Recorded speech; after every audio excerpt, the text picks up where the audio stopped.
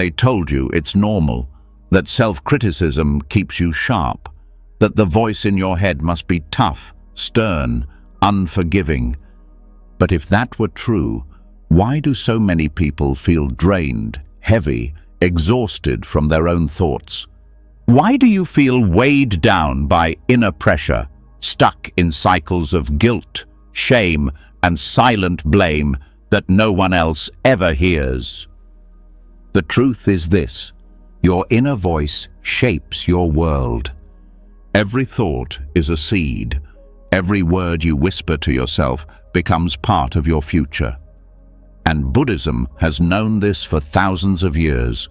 The great teachers didn't find peace by force or self-punishment. They found it through gentle strength, through compassion, through the simple but powerful truth that the mind blossoms when spoken to with kindness, not cruelty. Tonight, as you listen, something will soften inside you. The noise in your head will slow down.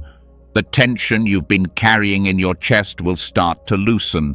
You'll feel a warmth, a quiet shift, like a lantern being lit in a dark room. And when you wake up tomorrow, something will be different. Your thoughts will feel lighter. Your heart will feel safer. And for the first time in a long time, you'll feel like you're finally on your own side. This is not just another message. This is a doorway, a return to gentleness, a return to truth, a return to the version of you that has always deserved kindness, compassion, and inner peace. Are you ready? Let's begin. The moment you begin treating yourself with kindness, the whole inner world shifts. The tone of your thoughts changes, your breath loosens, and something inside you finally feels safe enough to open. That's where the real work begins, because the voice you speak to yourself with doesn't stay trapped in the present moment. It echoes forward. It shapes your mood, your reactions, your choices, and the future version of you. Buddhism goes deeper than simple advice. It shows that your inner voice becomes the architecture of your life. It teaches that inner speech is not harmless background noise, but a cause that generates effects. And now the truth unfolds, quietly but powerfully, so you finally understand the influence you carry within your own mind. There is a truth that hits in a way you feel more than understand. The way you speak to yourself becomes the way you experience the world. Not because anything magical happens, but because every thought sets a direction for the next one. A single harsh sentence whispered inside you can trigger a chain of emotions that cling to you for hours, days, or even years. People think their mood drops randomly, but very often the shift started earlier with one small inner comment they didn't notice. Buddhism calls these impressions seeds, and seeds never stay seeds. They grow. A thought repeated becomes a habit repeated becomes a state carried long enough becomes the lens through which you live. This is why inner dialogue matters more than people think. Thoughts feel private, quiet, harmless. But what's quiet is often the most powerful. What happens inside becomes the blueprint for what you feel in your body, how you react under stress, how you treat the people around you, and whether you move through life with heaviness or calmness. Harsh self-talk creates a kind of weather inside you, a mood climate that lingers long after the thought ends. If you tell yourself you're not good enough, that one moment doesn't end when the sentence ends. It tightens your chest, it stiffens your breath, it pulls your shoulders inward. Your nervous system responds as if an enemy is nearby. Except the enemy is the voice inside you. This is the karma of inner dialogue. Harmful thoughts create harmful states. Kind thoughts create peaceful states. Many people walk through life suffering not because the world is hurting them, but because their own inner voice is draining them. When you insult yourself in your own mind, your body reacts the same way it reacts when someone else insults you. It releases stress chemicals, it enters defense mode, it becomes tense and alert. People think they are overthinking, but many times they are actually reacting to the tone of their own mind. The mind is obedient. It follows the voice you repeat. If the voice is harsh, the mind becomes fearful. If the voice is gentle, the mind becomes stable. What you practice internally becomes the reality you feel externally. Awareness becomes important not to silence the mind or reach perfection, but to stop planting harmful seeds before they turn into emotional storms. A small, unnoticed criticism can shift the way an entire day feels. You can be surrounded by things that should bring joy, yet feel nothing, because the inner voice blocks the connection. A single act of inner kindness can soften the whole day. The outside world doesn't shift, but your inner world does, and that inner shift becomes the difference between peace and suffering. Negative inner speech spreads faster than most people realize. If you tell yourself you always fail, your mind doesn't treat it as a passing opinion.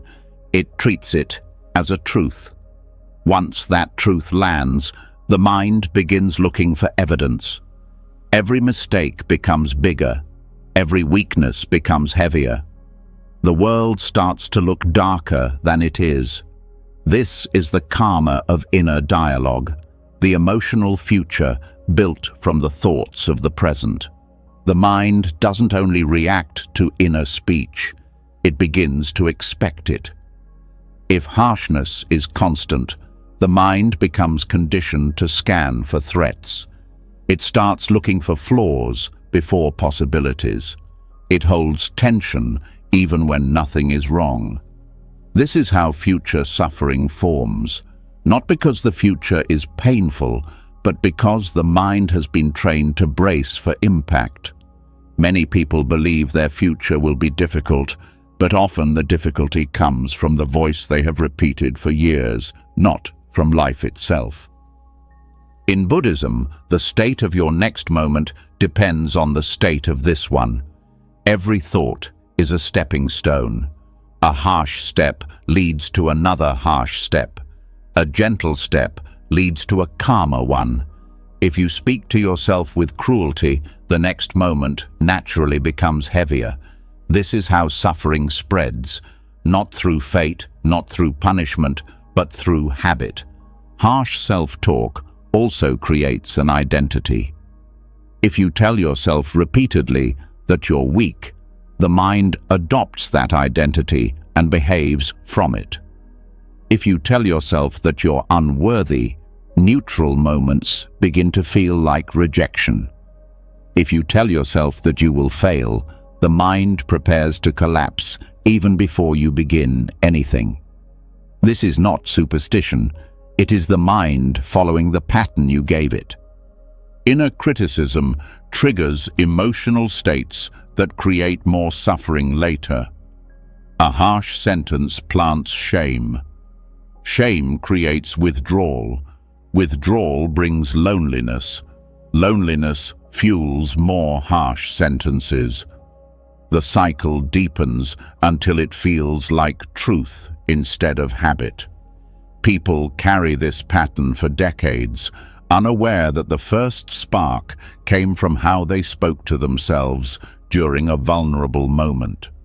Buddhism teaches that no one can hurt you more than the mind when it turns against itself. The subtle danger is that people often disguise harshness as practicality. They think they must be hard on themselves to stay disciplined. They believe kindness makes them weak, but harshness doesn't produce strength. It produces fear, and fear blocks clarity, creativity, confidence, and wisdom. A compassionate inner voice doesn't let you avoid responsibility. It allows you to face responsibility without collapsing. It turns growth into something sustainable. It turns mistakes into lessons instead of wounds. The mind becomes what it practices. If you practice internal hostility, the mind becomes rigid. If you practice internal gentleness, the mind becomes open. An open mind handles stress better than a fearful one. This is why the karma of inner dialogue shapes not only how you feel in this moment, but how well you will handle challenges tomorrow. Your patience, your perspective, your resilience, your emotional steadiness, all of them begin with the tone you use on yourself. For many people, the inner critic isn't even their true voice. It is something they inherited: a parent's tone, a teacher's judgment, a past humiliation, a set of expectations they didn't choose. But when that voice repeats inside you, the mind treats it as your own identity. If you don't question it, it becomes the center of your self-perception. That perception shapes actions. Those actions shape consequences. And this is how karmic seeds become karmic patterns. The moment you soften your inner speech, the chain breaks. A different seed falls. A different future opens. A gentle thought creates safety. Safety creates clarity. Clarity creates wise action. Wise action creates calm results. The world doesn't magically change, but your relationship with it does, and that small change can reshape everything that comes after it. The way you speak to yourself becomes the atmosphere you live in, and once you see how deeply that inner speech shapes your future, something inside starts paying attention in a new way. You begin to notice the tone behind your thoughts. You begin to sense which sentences lift you and which ones trap you. That awareness naturally opens the door to something deeper, something Buddhism has taught for centuries. The same rules you apply to how you speak to others must be applied to how you speak to yourself.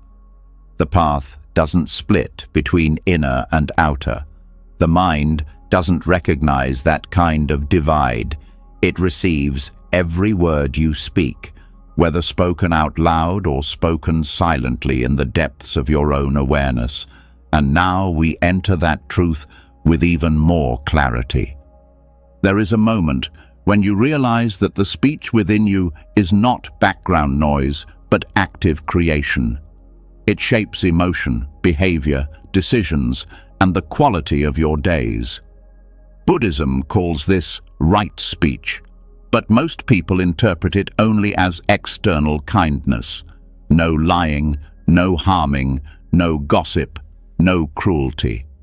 Yet the inner world is built by the same principles. The tone you use inside must follow the same path, because the mind responds to internal words with the same sensitivity it responds to external ones. The body doesn't distinguish whether the wound came from another person or from yourself. Harm is harm. Care is care. And this is where inner right speech begins. Right speech turned inward means noticing the subtle aggression hidden in your thoughts. It means noticing those quiet moments when you call yourself names you would never dare to use on another human being. It means noticing how often you replay old mistakes as if you are punishing yourself again and again for something that already ended long ago. The mind receives those moments as fresh cuts. It feels the sting even when the words are silent. And this is the exact opposite of the Buddhist path, because right speech is not simply about being polite. It is about creating a mental environment that reduces suffering rather than multiplies it. Inner right speech is the practice of speaking to yourself as if your inner life matters, not as a luxury, not as something optional, but as something that shapes the foundation of every future thought. When you speak to yourself with harshness, the mind becomes fearful and reactive. When you speak with gentleness, the mind becomes open and steady. This shift is not a theory. It is the lived experience of anyone who has ever softened their internal tone and watched their whole day unfold differently. Many people try to follow the eightfold path in their relationships, their work, their communication with the world. They focus on being honest, being kind, avoiding harm, but they forget that their first relationship is with themselves. If right speech creates harmony in the outer world, then inner right speech creates harmony in the inner world. And when the inner world is chaotic, the outer world becomes harder, even if nothing external has changed. This is why Buddhism insists that the mind is the root of all experience. What you cultivate inside you determines how you perceive everything outside you. Right speech applied inward begins with honesty, not brutal honesty, not insulting honesty, but honest awareness. You tell yourself the truth without tearing yourself apart. You acknowledge your weaknesses without labeling yourself as weak. You acknowledge mistakes without turning them into self-punishment. This kind of honesty becomes a powerful form of alignment. When you stop lying to yourself about who you are or pretending to be something you're not, the mind stops fighting itself. It relaxes. It becomes grounded. This is the first stage of inner right speech, truthful but not harmful. The next part of inner right speech is refraining from harmful speech directed at yourself. Many people call themselves names automatically. They say, "I'm stupid. I always ruin things. I'll never get better. I'm a burden." These sentences may feel casual, but the mind receives them like commands. The nervous system tightens, the breath shortens, the body prepares for danger because harmful words trigger survival responses. When harmful speech becomes frequent, the mind learns to anticipate it and begins shrinking, hiding, or resisting life. That resistance becomes chronic stress, and chronic stress becomes suffering. When you stop attacking yourself with words, your energy shifts. You no longer drain your strength trying to recover from wounds you caused yourself. You begin walking through life with more ease because the struggle inside is no longer fighting against your own voice. Right speech, inward, also means refraining from exaggeration in self-judgment. The mind loves absolutes. Always, never, forever. These words trap you in fixed identity. They pull you away from growth. If you tell yourself you always fail, you blind yourself to progress. If you tell yourself you never get things right, you ignore every moment you have succeeded. These exaggerations are subtle forms of self-harm because they distort reality and make it harder to act wisely. Right speech brings balance. It teaches you to see clearly, not through the lens of self-attack or self-pity, but through steady awareness.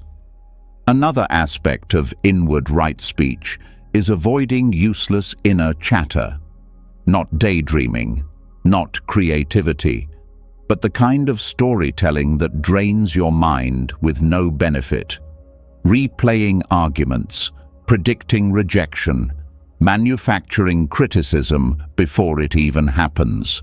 This inner noise steals focus, steals peace, steals energy you could use for something meaningful. The mind gets stuck in loops, not because it wants to, but because it has been trained to rehearse harm. Right speech interrupts these loops by guiding the mind back to what is real, present, and workable. Right speech toward oneself also includes kindness. Kindness inside is not flattery. It is not pretending everything is fine. It is acknowledging the effort you make.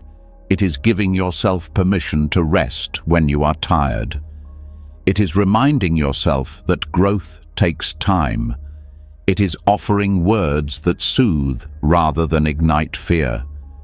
This kindness is not childish. It is skillful. A mind treated with care becomes resilient. A mind treated with cruelty becomes fragile, and fragility makes life heavier than it needs to be. Compassion is also a form of inner right speech. When you speak to yourself with compassion, you treat your pain with warmth instead of judgment. You don't shame yourself for feeling overwhelmed. You don't punish yourself for not knowing everything. You don't attack yourself for needing support. Compassion inside softens the edges of suffering. It turns the mind into a place where healing can happen. Without compassion, the mind becomes a battlefield. With compassion, it becomes a refuge. Right speech turned inward also requires intention. Many people speak to themselves unconsciously. They repeat old scripts without noticing them. Inner right speech means speaking deliberately. It means directing your thoughts with awareness. It means choosing not to repeat inherited voices that never belonged to you. When you speak with intention, your inner life becomes grounded, purposeful, and peaceful. You begin to trust your own mind again. Inner right speech aligns your inner world with the Eightfold Path. It is a daily practice, not a one-time decision. It becomes part of the way you breathe, think, and react. Every time you catch a harmful thought, you practice. Every time you reframe a self-attack into a clear truth, you practice. Every time you show yourself understanding during a difficult moment, you practice. Gradually, the inner climate changes. The mind becomes quieter, softer, clearer. You begin to feel safe inside your own thoughts, and that safety becomes strength. When you practice right speech internally, the external world shifts because you meet it with a different state. You become less reactive because you no longer carry the burden of inner hostility. You become more patient because your self-talk is no longer filled with urgency and pressure. You become more confident because you are not tearing yourself down before you begin. You become more open-hearted because you no longer treat yourself as an enemy. This is the power of applying the Eightfold Path inwardly. Your relationship with everything changes because your relationship with yourself changes first. There is one more layer. Inner right speech affects the future. The words you speak inside today influence the conditions of tomorrow. If you speak with criticism, tomorrow's mind becomes heavier. If you speak with clarity, tomorrow's mind becomes steadier. If you speak with compassion, tomorrow's mind becomes kinder. Karma is not punishment. Karma is continuity. The inner voice you choose now becomes the emotional climate you wake up to later. This continuity is why inner right speech matters so deeply. It carries forward. It shapes your direction even when you are not aware of it. And so the practice grows. You begin noticing when your inner tone turns sharp. You begin stepping back from thoughts that harm you. You begin replacing cruelty with clarity, harshness with steadiness, judgment with compassion. This does not mean weakness. This does not mean denial. This means skillful speech. Speech that reduces suffering and opens space for growth. Speech that honors the truth without harming the heart. The inner version of the same commitment you offer the world. Right speech is not complete until it lives inside you. Your inner world is part of the path. Your inner words are part of the path. And when those words become aligned with kindness, clarity, honesty, and care, the whole mind shifts from a place of struggle to a place of balance. And from that balance, everything else becomes lighter. When you finally begin treating your inner voice as part of the path, something deeper begins to surface. You start noticing that beneath all the noise, beneath the habits and fears and old stories, there is a quieter layer that feels older than your struggles and wiser than your reactions. The moment you stop attacking yourself inwardly, that deeper layer has space to rise. And this leads directly into a truth many forget. The path does not lead you to your Buddha nature. Your path begins when you recognize it is already there. From this point on, the way you speak to yourself is no longer about fixing a broken self. It becomes about speaking to the part of you that has always been whole but rarely acknowledged. There is a shift that happens when you stop speaking to yourself as a damaged person trying to become better and begin speaking to yourself as someone who already holds the seed of awakening. You stop using language that reinforces helplessness and start using words that remind the mind of its own depth. You begin talking to yourself with the same respect you would offer to someone you deeply admire. This shift is powerful because the mind responds differently depending on the way you address it. When you speak from the assumption that you are fundamentally flawed, the mind contracts. When you speak from the assumption that you already contain wisdom, the mind opens. It starts behaving in alignment with the identity you give it. To speak to yourself as if you were already enlightened does not mean pretending to be perfect. It means speaking from the side of you that is capable of clarity, compassion, stillness, and understanding. Everyone has that side, even when it feels far away. When you speak to yourself from that level, you call it forward. You strengthen it. You deepen it through repetition. Buddhism teaches that what you feed grows. If you feed self-doubt with constant reminders of weakness, it expands. If you feed your inner Buddha with language rooted in dignity, patience, and kindness, that presence grows stronger. Treating yourself as if you were already enlightened changes the emotional environment inside you. Instead of scolding yourself for feeling anxious, the inner Buddha speaks with understanding. Instead of calling yourself worthless for making a mistake, that inner wisdom acknowledges the pain without attacking the person feeling it. Instead of reacting to every emotion as if it defines you, the inner Buddha sees each emotion as a passing wave. Speaking to yourself from this place doesn't erase your challenges, but it changes the way you meet them. Your difficulties stop becoming proof of failure and start becoming opportunities to practice awareness.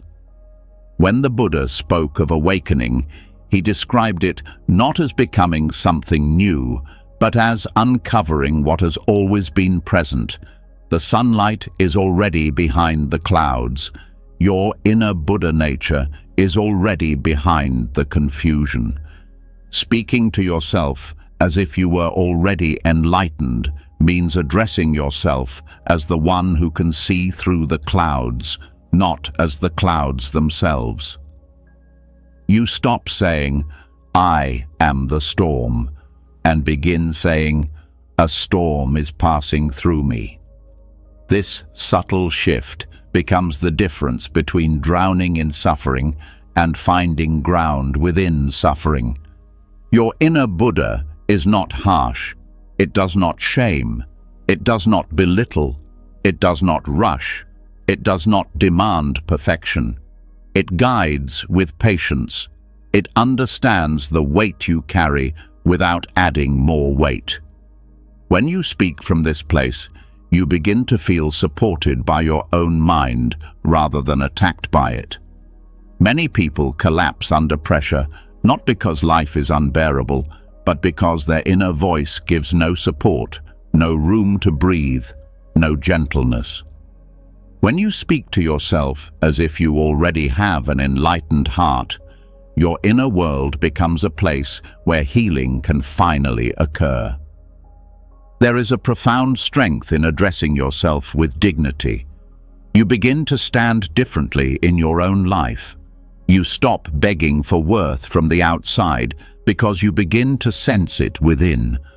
Speaking to yourself this way does not inflate the ego, it strengthens humility. The inner Buddha speaks softly because it has nothing to prove. When your inner voice takes on that same tone, the ego loses its grip. Fear loses its grip. You begin acting from clarity rather than insecurity.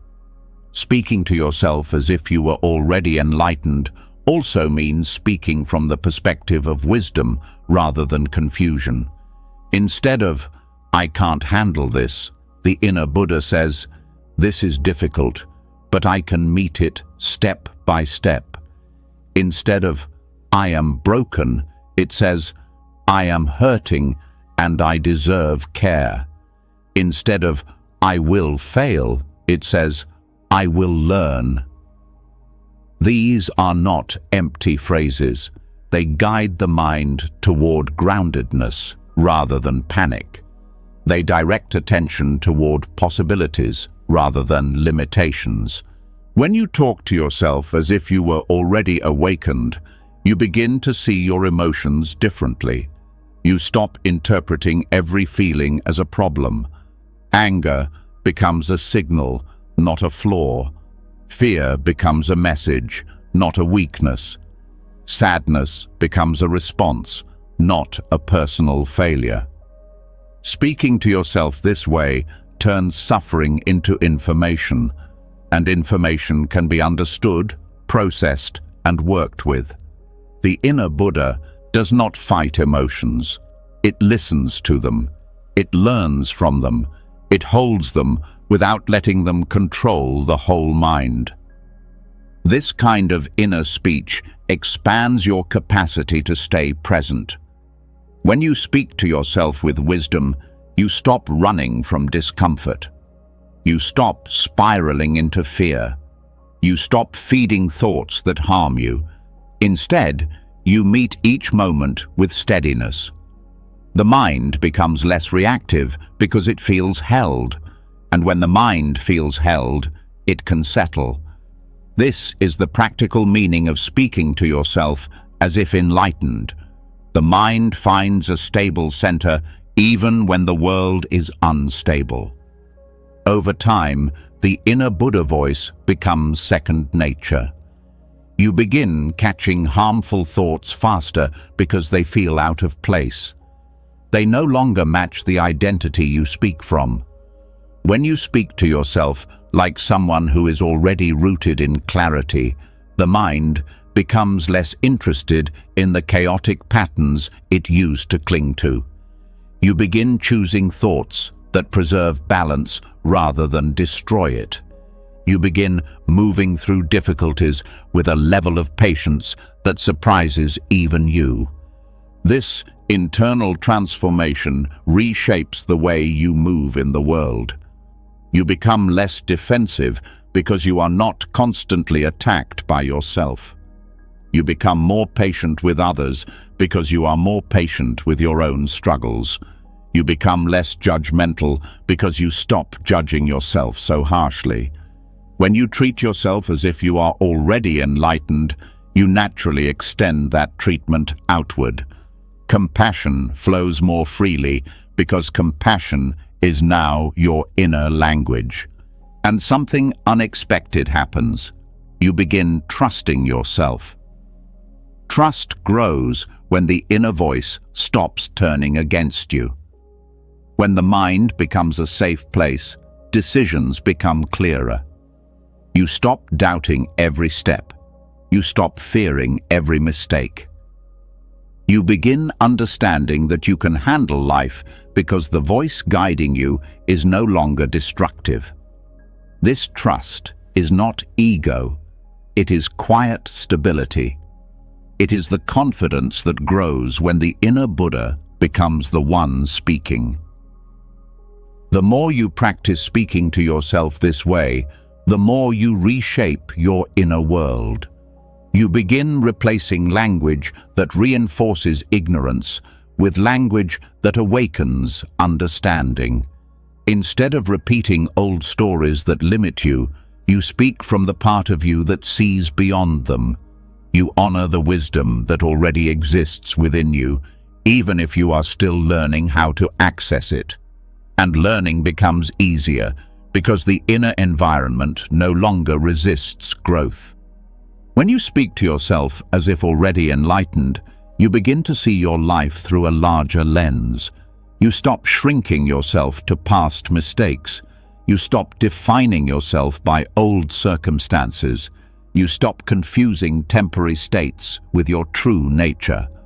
Speech becomes medicine. It becomes practice.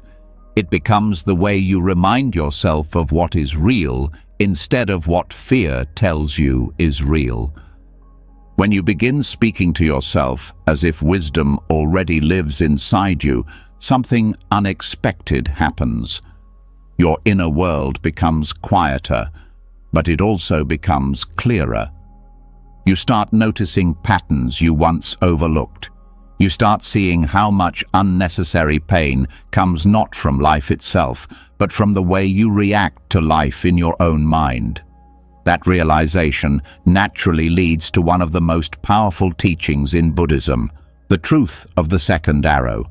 And once you see how often you hurt yourself with your own thoughts, you begin to understand why compassionate inner speech is not optional.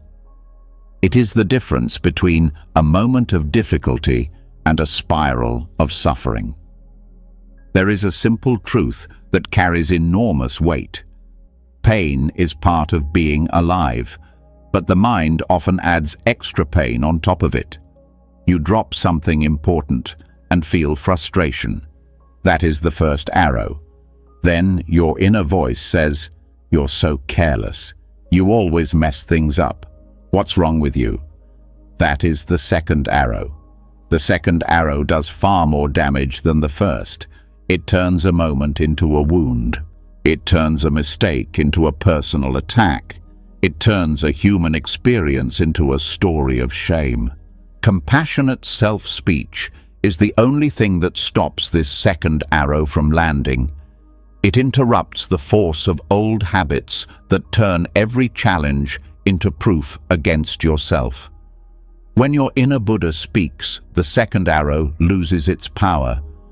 The mind learns to treat pain with understanding instead of hostility. And life becomes easier, not because the world changes, but because you stop adding suffering that never needed to be there. The second arrow appears in many forms. It shows up when you criticize yourself for feeling stressed. It shows up when you blame yourself for emotions you didn't choose. It shows up when you shame yourself for not knowing something sooner. The mind reacts to the first arrow naturally, but the second arrow is optional. That option becomes clear only when you slow down enough to notice the tone of your inner speech.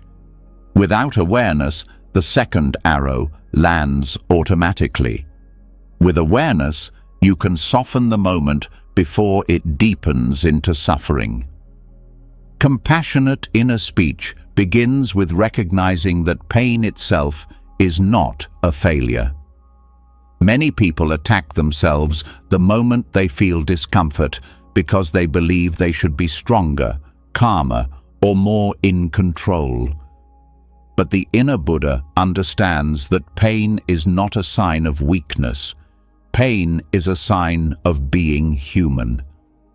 Speaking to yourself with compassion means acknowledging the reality of the moment without creating a story that punishes you for experiencing it. This simple shift reduces the emotional noise that intensifies suffering. When you replace the second arrow with gentle speech, the nervous system reacts differently. Instead of tightening, it relaxes. Instead of spiraling into panic, it settles. Instead of searching for what is wrong with you, it searches for what would help you. Compassionate self-talk guides the mind towards soothing instead of attacking, and when the mind feels soothed, suffering dissolves much faster than when the mind feels assaulted. The second arrow also appears in rumination. Something bothers you, and instead of letting the discomfort pass, the mind circles it over and over with judgment. Why am I still thinking about this? Why can't I move on? What is wrong with me? This internal hostility keeps reopening the emotional wound. The mind becomes trapped in a cycle of self-inflicted injury. Compassionate speech breaks the cycle by speaking from patience instead of impatience. It makes sense that this is still on my mind. It was meaningful. It touched something tender. I can be gentle with myself while it settles. When the mind hears this tone, it relaxes its grip and allows the emotion to move. Many people think compassion means letting themselves off the hook. But compassionate inner speech is not indulgence. It is skillful action. The mind learns better from patience than from punishment. The second arrow drains your energy, but compassion restores it. When you stop stabbing yourself emotionally, you have more strength to deal with the first arrow wisely. Compassionate self-speech during suffering also means speaking in a way that cools the emotion rather than inflames it. Harsh speech intensifies anger. Harsh speech amplifies shame. Harsh speech feeds anxiety. But gentle words soften everything they touch. They help the mind widen instead of collapse. A widened mind can see clearly. A collapsed mind cannot. This clarity is essential because without it, the mind reacts impulsively, often creating more pain. Another way the second arrow appears is through comparison. When you are going through something hard, the mind may say, "Other people handle this better. Other people don't break down. Other people are stronger." This comparison adds an unnecessary layer of pain on top of what you're already experiencing. Compassionate inner speech removes this arrow by reminding you that your experience is uniquely yours. It does not need to match anyone else's. Your suffering is not a flaw. It is a moment that deserves care. The second arrow also shows up in the form of self-blame. You feel sad, and your mind says, "This is your fault."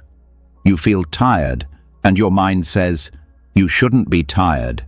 You feel afraid, and your mind says, "If you were better, you wouldn't feel this." These thoughts turn natural human emotions into personal failures. Compassionate speech transforms the inner atmosphere by saying, "This is hard, but it's okay to feel this way. I don't need to punish myself for having a difficult moment." This kind of speech does not ignore responsibility. It simply removes cruelty from responsibility. The inner Buddha sees suffering clearly, but responds to it gently. When you speak to yourself from this place, you stop escalating your pain. You stop turning discomfort into identity. You stop turning mistakes into character defects. You stop turning temporary challenges into permanent truths. Instead, you meet each moment with a voice that understands, supports, and guides. Compassionate self-speech also strengthens resilience. When the second arrow is removed, you recover faster from difficulties. Your mind stays clearer, your emotions remain more balanced, and your actions become more skillful. You stop wasting energy on internal battles and start using that energy to move through real problems with focus and calmness. This is the practical value of speaking to yourself with compassion. It is not sentimental, it is effective. Over time, compassionate speech creates a pattern. The mind learns that suffering is not a threat. Pain no longer triggers panic. Difficulty no longer triggers collapse. When you treat yourself with kindness during hard moments, the mind begins to trust itself. It begins to understand that no matter what happens, it will not be abandoned internally. That trust becomes one of the deepest forms of inner stability. Many people misunderstand compassion as weakness, but in Buddhism, compassion is a form of courage. It takes strength to stay soft in moments that could harden you. It takes awareness to pause before firing the second arrow. It takes wisdom to speak kindly to yourself when everything inside feels tight. Compassion is not a passive state. It is a conscious act of ending unnecessary suffering. Speaking gently to yourself during the second arrow also teaches you emotional literacy. You start learning the difference between pain that needs attention and suffering that needs release. You begin understanding what your emotions are trying to communicate instead of fighting them blindly. You start listening to yourself with the same respect you offer others. This listening itself is healing. It transforms the mind from a hostile environment into a supportive one. When you stop firing the second arrow, you create space for healing. Pain moves more freely. Emotion settles more naturally. Stress doesn't accumulate the same way. You start responding to life with clarity instead of fear. You stop avoiding challenges because you no longer fear your own reactions. You start trusting your ability to navigate difficulty because you are no longer battling yourself while doing so. When you stop adding the second arrow, the mind begins to breathe again. You feel more space inside, more room to move, more clarity to see what is actually happening instead of drowning in what your thoughts are adding. This is the moment when a new insight begins to appear. The voice inside your head is not a single voice. There are many tones, many layers, many echoes from different stages of your life. Some voices try to help. Some voices try to protect. Some voices attack. Some voices comfort. Realizing this opens the door to the next step on the path. Understanding that your inner world can become a sangha, a community of supportive voices instead of a battlefield of critical ones. There is something powerful about noticing you are not limited to one inner narrator. The harsh critic that used to dominate your thoughts is not the only voice available. It only became loud because it was repeated. But just as it was created, it can be replaced. The mind is not fixed. It is a community waiting for guidance. When you start choosing which voices to strengthen, your inner world transforms into something far more supportive and stable than you ever expected. A Sangha, in Buddhist tradition, is a community that uplifts and protects its members through compassion, wisdom, and steady presence. Bringing this inside yourself means building inner voices that resemble wise monks instead of inner bullies. These inner figures offer guidance instead of judgment, comfort instead of punishment, and clarity instead of confusion. The mind becomes a place where you feel accompanied rather than attacked. The first part of building an inner Sangha is recognizing the voices already living inside you. Some developed from childhood experiences, some formed through repeated habits. Some reflect old fears, some carry past pain. You may hear the anxious voice that worries about everything, the exhausted voice that wants to withdraw, the ambitious voice that pushes too hard, the perfectionist voice that is never satisfied. Instead of fighting these voices, the Sangha approach lets you acknowledge them with compassion. They are not your enemy. They are inner beings shaped by your history. Each one is trying to protect you in its own limited way. When you stop fighting these voices and start understanding them, their grip softens. The anxious voice calms when it feels heard. The perfectionist eases when you give it support. The wounded voice loosens when it feels compassion. Developing an inner Sangha means gathering these parts and giving them new leadership. A wise, steady, compassionate voice that guides the whole inner community with patience. This new guiding voice is not imaginary. It is the part of you that has always sought peace, the part that longs for clarity, the part that has survived every difficult moment. This voice becomes the anchor for the rest. When it speaks, the others respond differently. You begin hearing, "It's okay, you're doing your best," instead of, "You're failing again."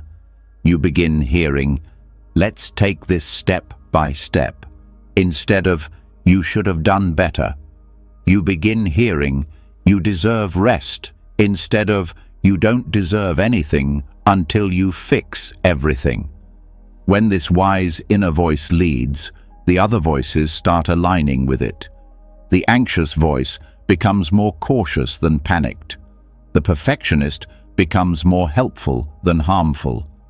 The wounded voice becomes more honest than reactive.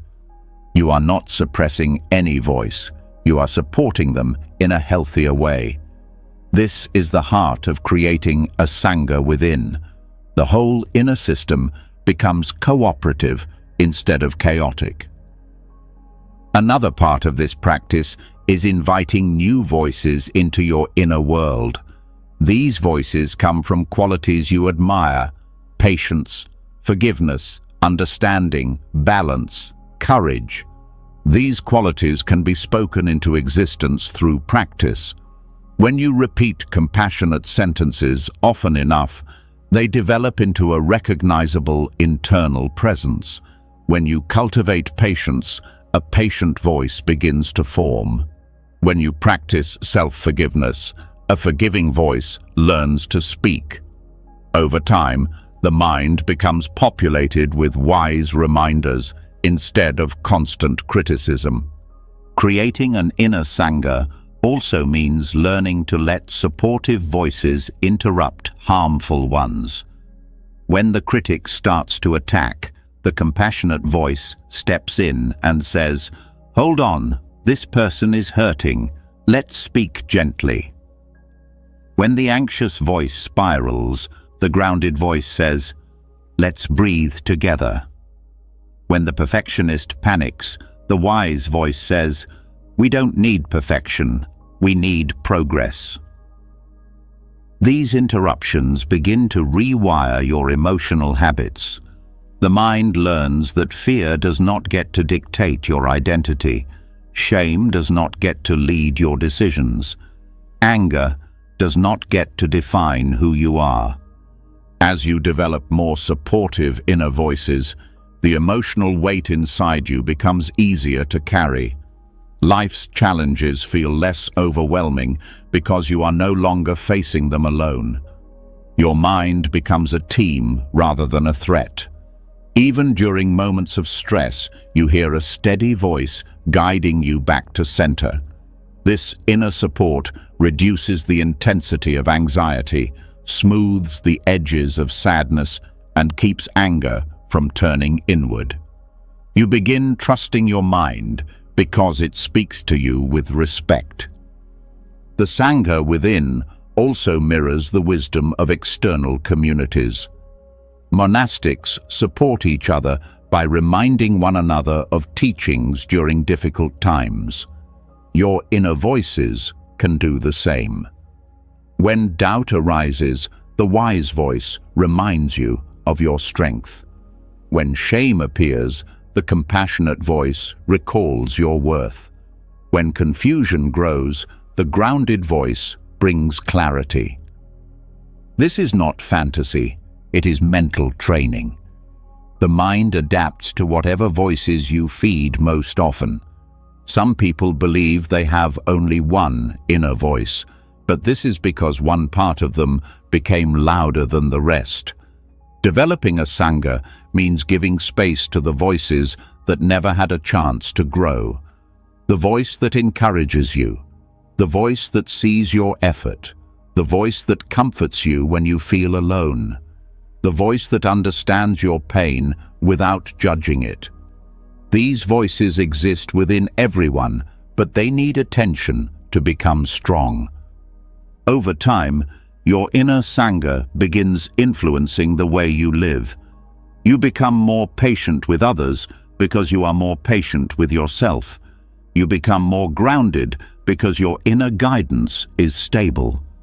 You become more compassionate because your inner world has become a place of compassion rather than hostility.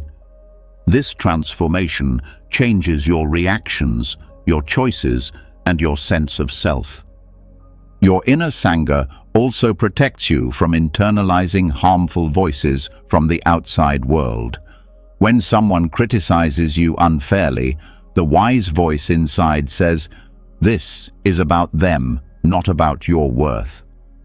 When someone speaks without kindness, the compassionate voice says, "Their words do not define you." When someone dismisses your feelings, the supportive voice says, "Your emotions are valid."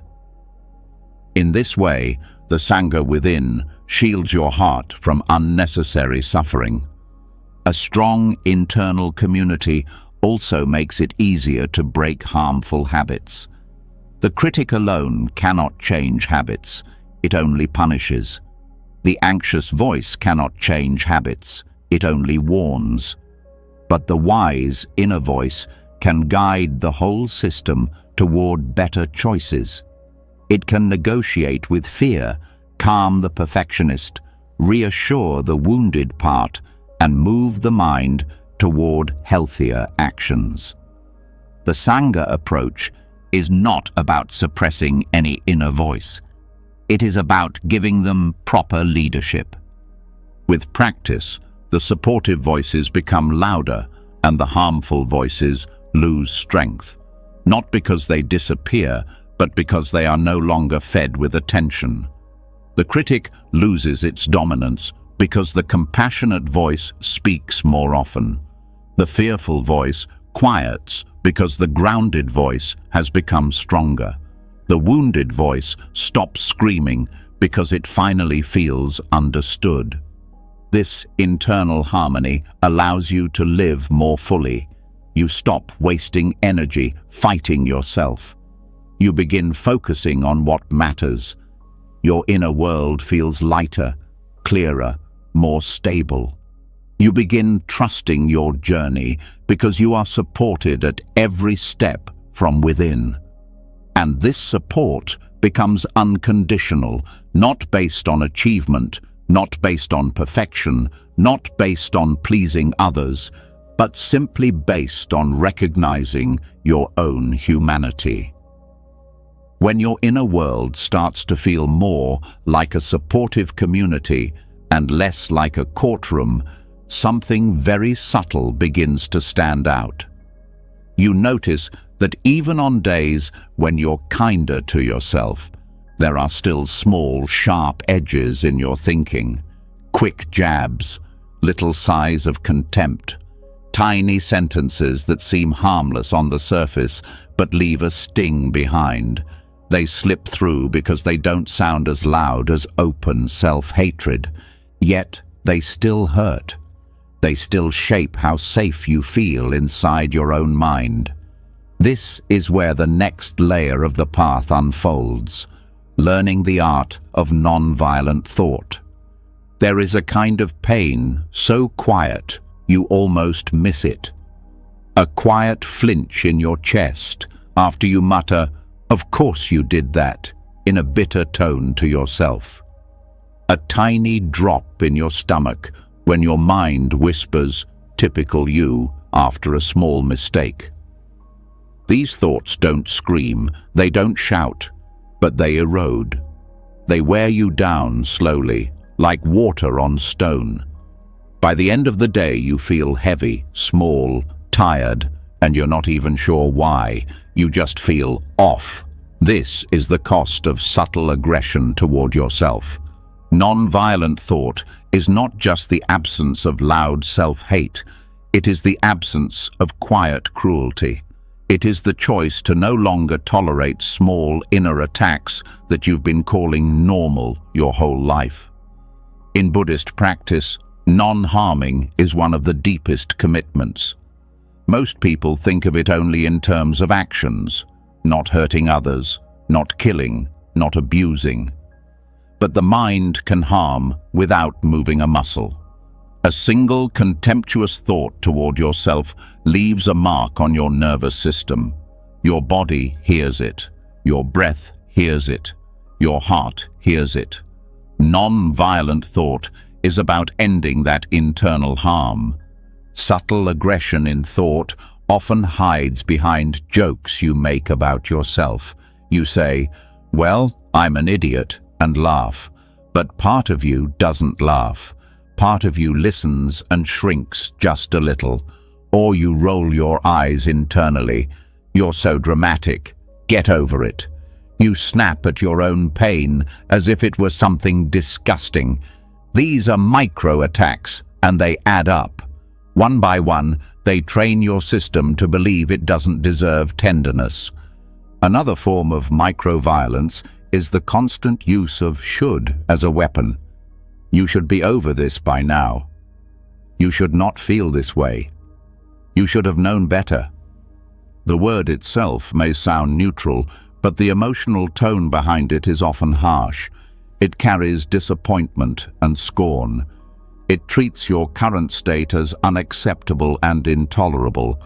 Under that pressure, your body tightens, your thoughts race, and your feelings start to hide. You're no longer just dealing with what you feel, you're fighting against your right to feel it. There is also the aggression of erasure. You feel sad and immediately say, "It's not a big deal," even though a part of you knows it is. You feel anxious and tell yourself, "Stop being so sensitive," instead of asking why the fear is there. You downplay your own experiences, dismiss your needs, and treat your wounds as an inconvenience. On the surface, this looks calm, but beneath that calm is a quiet act of violence. You deny your own reality. That denial does not make the feelings vanish. It pushes them deeper, where they turn into tension, numbness, or silent despair. Another subtle attack is suspicion toward yourself, that inner voice that constantly questions your motives in the worst possible light. You do something kind, and a thought says, "You're just doing this to look good." You rest when you're tired, and a thought says, "You're just lazy." You speak up for yourself, and a thought says, "You're overreacting." This inner suspicion creates an atmosphere where you can never win. No matter what you do, you are guilty. That is mental violence. It imprisons you in permanent self-doubt. Non-violent thought does not mean you never evaluate your actions. It means you stop stabbing your own heart while you do it. You can acknowledge mistakes without calling yourself names. You can reflect on choices without stripping yourself of dignity. You can ask, "What can I learn from this?" instead of, "What is wrong with me?" The first question opens a path forward. The second one slams the door. There is also the aggression of constant inner urgency.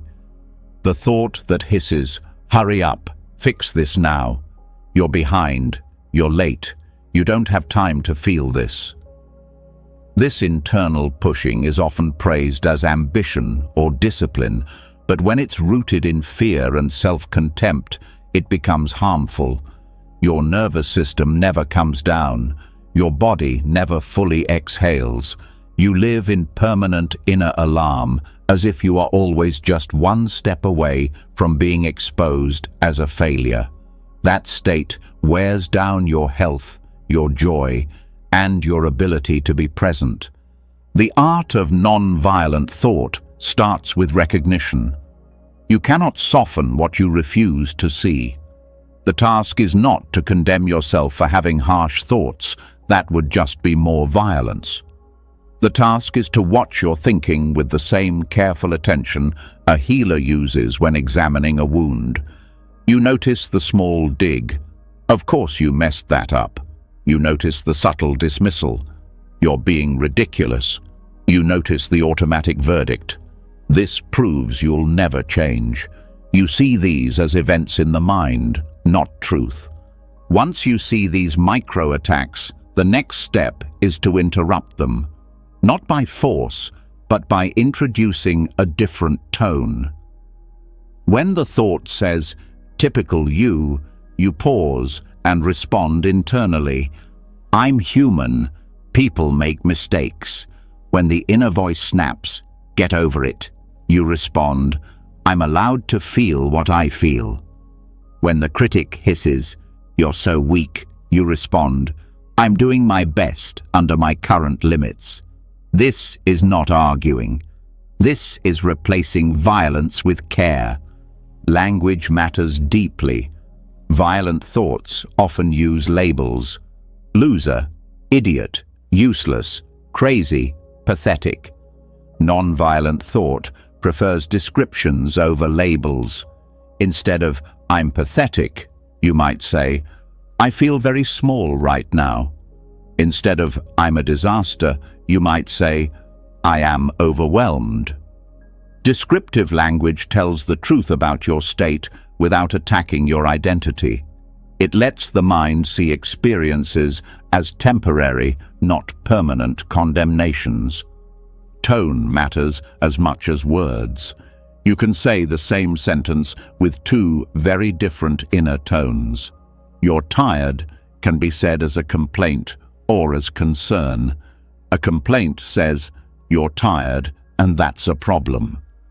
Concern says, "You're tired, and you deserve care." In the art of non-violent thought, you are training not just the content of your thoughts, but the emotional flavor behind them. You are teaching your mind to approach you the way a kind teacher would approach a struggling student. Non-violent thought is closely connected to the body. Subtle aggression tightens your muscles, locks your jaw, hardens your face. Gentler inner speech softens these areas naturally. One powerful practice is to check your body each time you notice a sharp thought. Does your chest clench? Does your stomach sink? Do your shoulders tense? These physical signals show you how much impact a single thought has. Then you pair a softer thought with a conscious softening of the body, loosening the jaw, dropping the shoulders, lengthening the exhale. The mind learns that gentle thinking and physical ease go together. Another important aspect of non-violent thought is acknowledging the purpose behind your old mental habits. Many harsh inner patterns started as attempts to protect you. The inner critic thought it could keep you safe by shaming you before someone else did. The harsh taskmaster thought it could prevent failure by never letting you rest. The dismissive voice thought it could help you survive by numbing you to pain. When you see this, you stop treating your harsh thoughts as monsters and start seeing them as clumsy protectors. Then you can thank them for what they tried to do and gently retire them from their role. You might say inside, "I know you're trying to protect me by pushing me so hard, but you're hurting me now. I'm choosing a different way." Or, "You're trying to keep me from being hurt again by criticizing me first, but I don't need that anymore. I need support."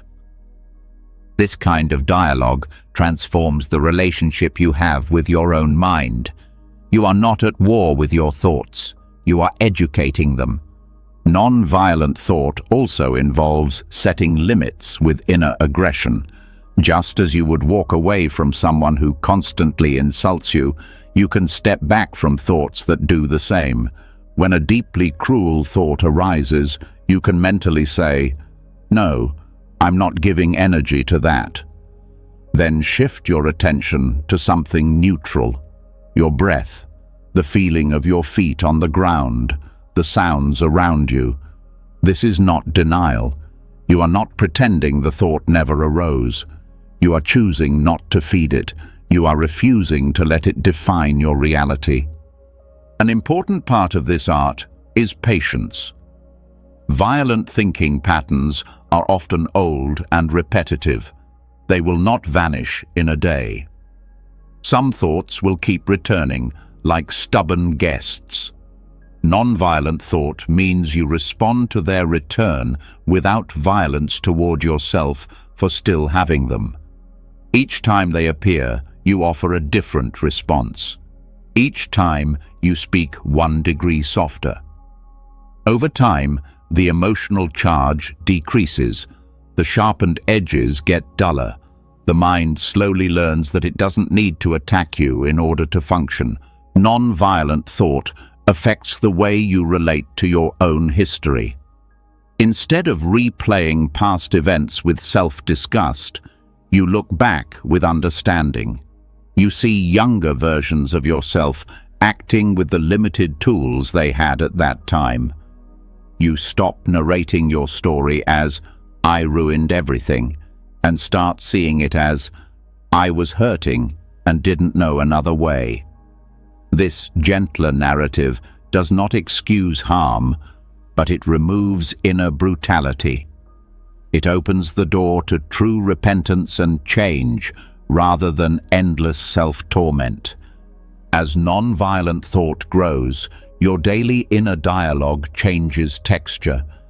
You wake up and the first thoughts are no longer, "You're already behind," or "You look awful." Instead, they become, "You're here, you get another day, take it slowly." During tasks, instead of constant self-commentary full of criticism, you hear neutral or encouraging lines. "One thing at a time. This is hard, but you're doing it." Before sleep, instead of replaying every flaw, the mind begins to say, "You made it through another day. Rest now." These shifts sound small, but they change the emotional ground you walk on. A mind that has learned non-violent thought becomes safer to live in. You no longer dread being alone with your thoughts because your thoughts no longer attack you. Silence becomes less frightening. Reflection becomes less painful. You can sit with yourself without wanting to run away. That inner safety is one of the most healing experiences you can give yourself. And from that safety, growth becomes real. You are free to explore, to learn, to change, without fear that every misstep will be used as ammunition against you. You become more honest with yourself, because honesty is no longer punished.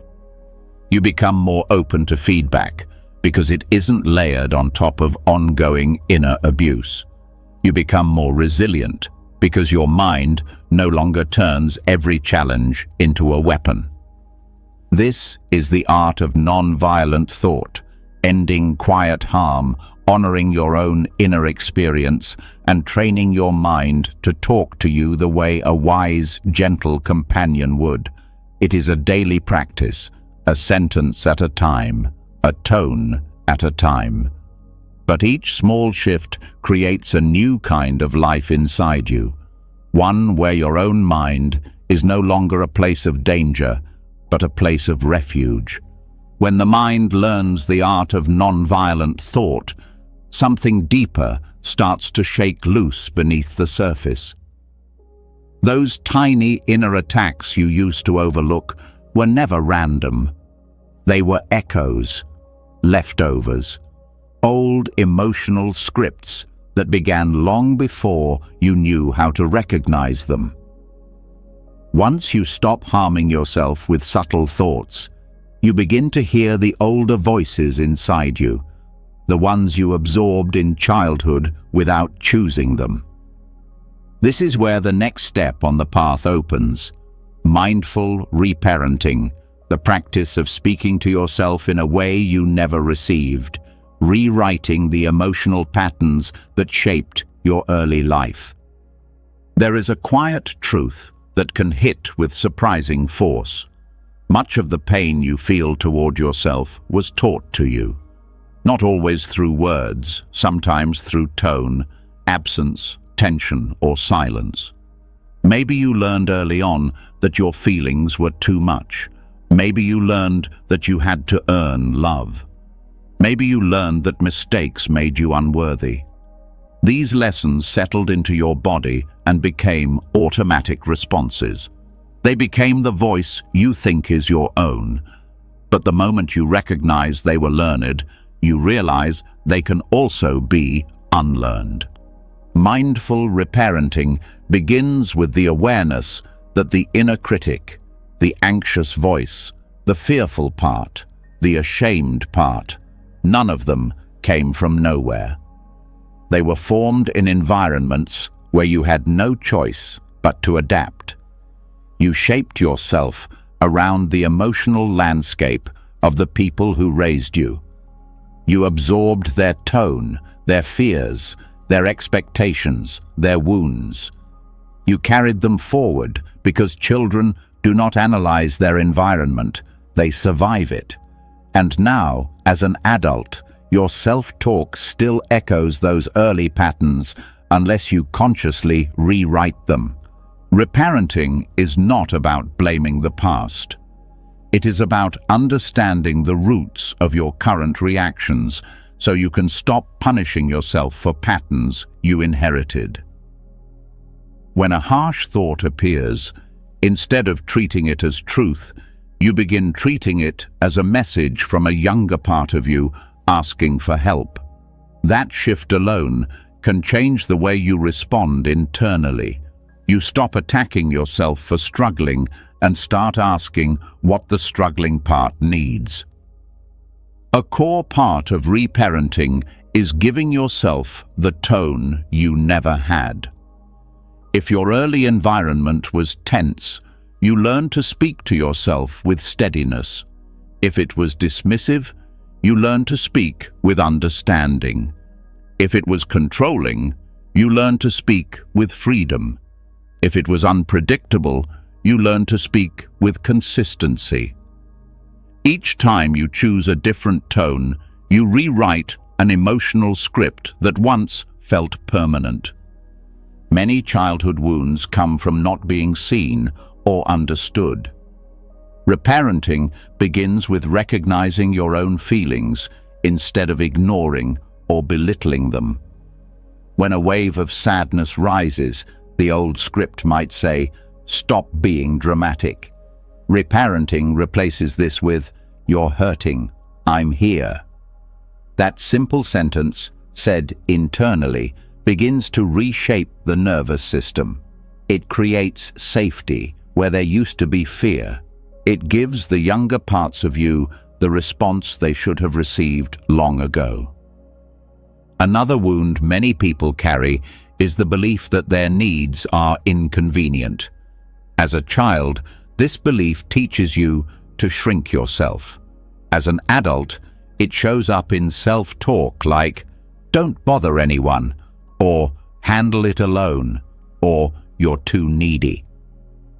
Mindful reparenting challenges those patterns by validating your needs instead of shaming them. When a need arises, you tell yourself, "Your needs matter. It's okay to ask for support." Over time, your sense of worth becomes grounded instead of fragile. Reparenting also involves giving yourself the permission you never received. Permission to rest, permission to take up space, permission to speak honestly, permission to slow down, permission to feel. Many children learn to suppress everything that might create conflict or discomfort. Those suppressed emotions don't disappear, they become self-judgment later.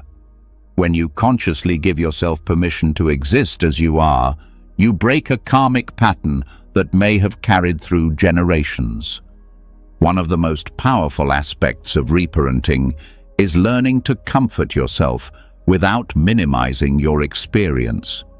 Many people were raised with responses like, "You're fine," "It's not that bad," or "Stop crying." These phrases teach a child to distrust their own emotional reality. As an adult, you may repeat those same sentences to yourself, thinking they help, but they only deepen the wound. Reparenting means offering comfort that acknowledges your pain instead of erasing it. "This hurts. It's okay that it hurts. I'm not leaving myself alone with this." These words send a completely different signal to your mind and body. Another part of reparenting is consistency. If your early life was unpredictable, emotionally or physically, you may now carry anxiety that flares even when nothing is wrong. Your inner system learned to expect sudden shifts. Mindful reparenting means becoming the stable presence you never had.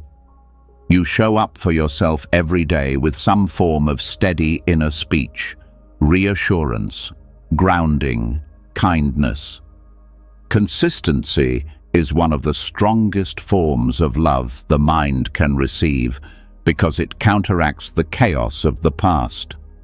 Reparenting also involves boundaries with your inner critic. Many people were raised in environments where criticism was constant, unpredictable, or weaponized. As adults, they internalize that critic and use it on themselves. Reparenting means learning to say no more to that voice. You don't argue with it, you set limits. When it starts to attack, you say internally, "I don't speak to myself this way anymore." This boundary may feel strange at first, but over time it becomes a powerful act of protection toward yourself. There is also the emotional repair of learning to speak to yourself with encouragement instead of pressure.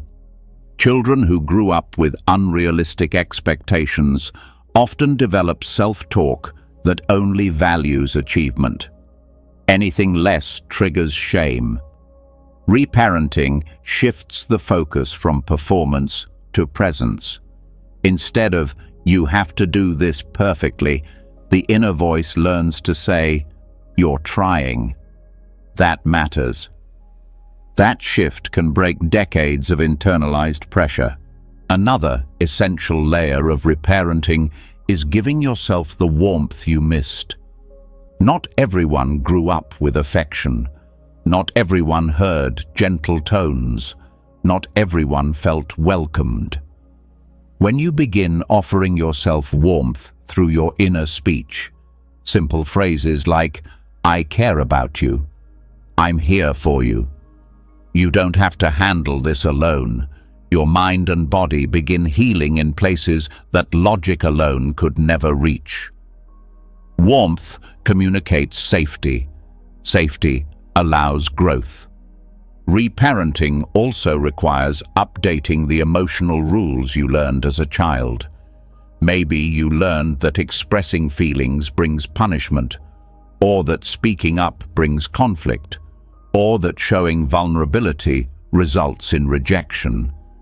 These rules may still guide your behavior unconsciously. Through reparenting, you rewrite these rules with more accurate ones. My feelings are allowed. My needs matter. Vulnerability does not make me unsafe. I deserve to be heard. These new rules reshape your emotional reactions and your sense of identity. Many people also carry the karmic pattern of self-blame from childhood. When children don't understand why adults around them are upset, they assume it must be their fault. This belief becomes automatic and continues into adulthood. Reparenting challenges this pattern by teaching you to separate your worth from other people's behavior. When guilt rises without cause, the reparenting voice says, "This is not your fault. You are not responsible for other people's emotions."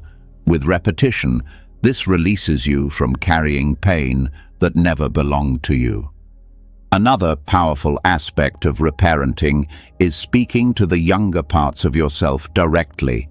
When old pain rises, you talk to that inner child the way a loving parent would, with patience, kindness, and certainty. You say things like, "I know you're scared. I'm here. I won't ignore you." This is not imagination. It is emotional integration. It is how fragmented parts of you learn that the present is safer than the past. Reparenting also involves giving yourself the guidance you didn't receive. Many people grew up without emotional coaching. No one taught them how to name feelings, how to calm themselves, or how to navigate conflict. Reparenting fills this gap. When you feel overwhelmed, the inner parent says, "Let's take one step at a time." When you feel confused, it says, "Let's slow down and figure this out." When you feel lost, it says, "We will find a way." These phrases create internal direction and stability.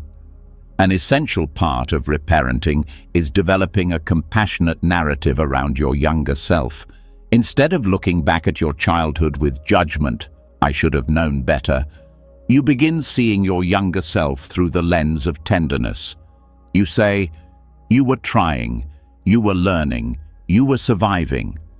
That compassion rewrites old memories, releasing emotional knots that have been tied for years. Reparenting also transforms your relationship with failure. Children raised with harsh reactions often internalize fear of mistakes. As adults, they avoid risks, silence themselves, or over-prepare for everything. Reparenting offers a new approach. You can make mistakes and still be safe. This sentence alone can open doors inside the mind that have been locked for decades. A reparented inner voice treats rest differently too. Children who were pushed too hard learn to shame themselves for slowing down. Mindful reparenting replaces that shame with permission. You're tired. Rest is allowed. This changes more than your schedule. It changes your worthiness pattern. It teaches your mind that you do not need to earn the right to exist peacefully. Another deep layer is grieving what you didn't receive. Reparenting is not pretending your childhood was perfect. It is acknowledging what was missing so you can give it to yourself now. This grief is not weakness. It is clearing emotional space. When you allow space for this grief, your self-talk becomes more honest, more compassionate, and more rooted in reality. Mindful reparenting ultimately teaches you how to become an internal source of love, safety, consistency, and understanding. You stop waiting for someone else to heal your wounds. You stop repeating the patterns that hurt you. You begin speaking to yourself with a tone that nurtures the world inside you instead of damaging it. When you begin offering yourself the kind of steady, nourishing inner presence you never had as a child, something delicate starts to shift. The younger parts of you soften. The fear loosens its grip. The old wounds stop screaming as loudly. But when this healing begins, another presence often rises, the harsh narrator. The voice that believes toughness is the only way to stay in control. The voice that thinks kindness is weakness. The voice that has been running the show for years through criticism, pressure, and fear. When you start reparenting yourself, this voice feels threatened.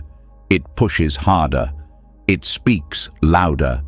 And this is the moment when one of the most powerful Buddhist practices becomes essential. Inner metta, loving kindness directed toward yourself as medicine for the mind's harshest voice. There is a specific kind of pain that comes from the ego's narrator. It's the pain of hearing, "You're not enough. You should do better. No one else struggles like this. You're falling behind. You don't deserve rest. You are too much. You are not lovable." These lines feel authoritative because you've heard them inside for so long. They carry the tone of certainty. They try to convince you that they are telling the truth. But they are not truth. They are habit. Inner metta is the antidote to that habit. It does not fight the critic. It does not argue with it. It does not try to prove it wrong. It uses a softer, more powerful approach, dissolving the inner critic's authority by surrounding the mind with loving kindness until the harshness can no longer stand on its own.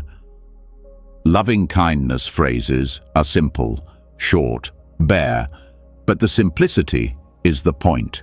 They slip beneath the critic's defenses. They bypass the ego's arguments. They send warmth into places logic cannot reach. They are not strategies. They are nourishment. And when the mind is nourished, the critic loses its power.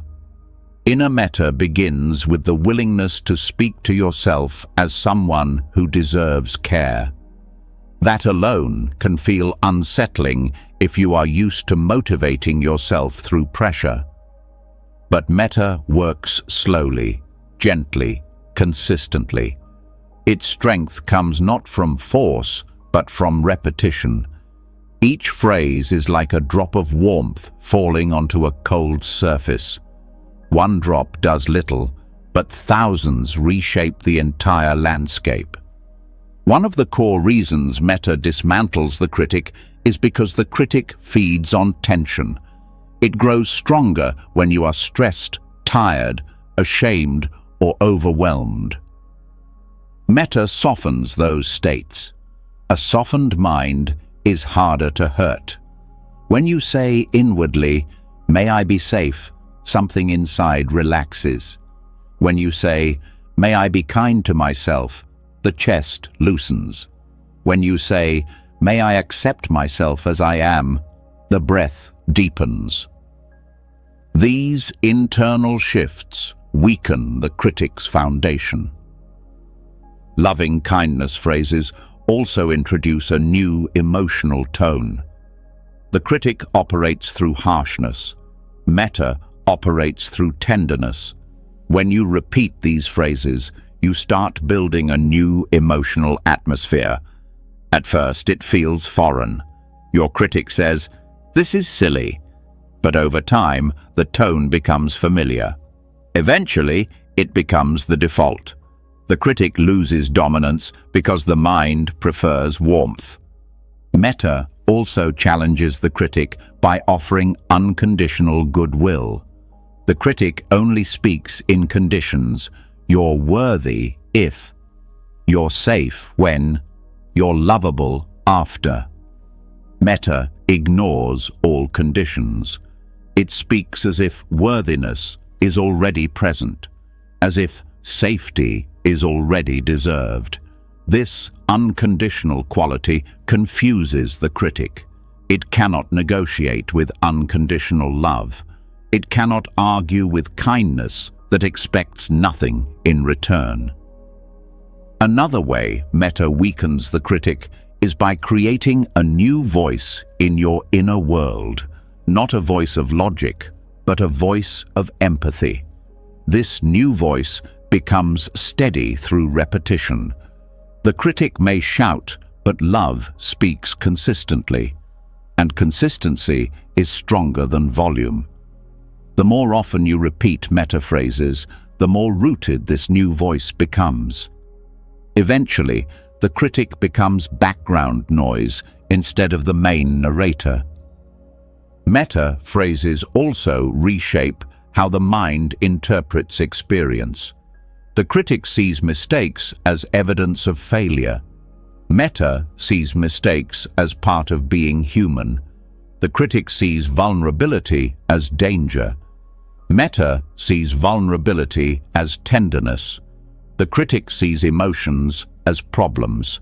Metta sees emotions as waves passing through. These interpretations become emotional habits. When metta is practiced regularly, the mind naturally leans toward gentler interpretations.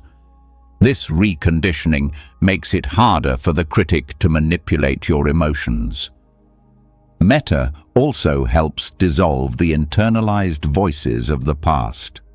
Many harsh inner lines were absorbed from caregivers who did not know how to speak with compassion. Metta disrupts this inheritance. When you say, "May I be protected," you are giving yourself what you once lacked. When you say, "May I be patient with my own tenderness," you erase decades of emotional dismissal. When you say, "May I care for my own suffering," you step out of old karmic patterns and into conscious choice. Loving kindness also addresses the root of the critic, fear. The critic attacks because it believes punishment prevents failure. It believes harshness will keep you in line. It believes pressure is the only safe path. Metta speaks directly to that fear. When you say, "May I feel supported," the body calms. When you say, "May I be gentle with myself," the inner tension softens. The critic loses its fuel. Fear dissolves not through force, but through warmth. Metta gives you the courage to step away from fear-based self-talk. Metta also creates space in the mind. The critic compresses everything. It closes, it tightens, it collapses. Loving kindness opens, it widens, it breathes. This space is essential. In a spacious mind, the critic's voice becomes smaller. It becomes one voice among many, not the ruler of the internal world. Space is not emptiness. it is freedom. The practice of inner metta is especially powerful because it requires no belief. You do not need to feel kind to yourself before practicing it.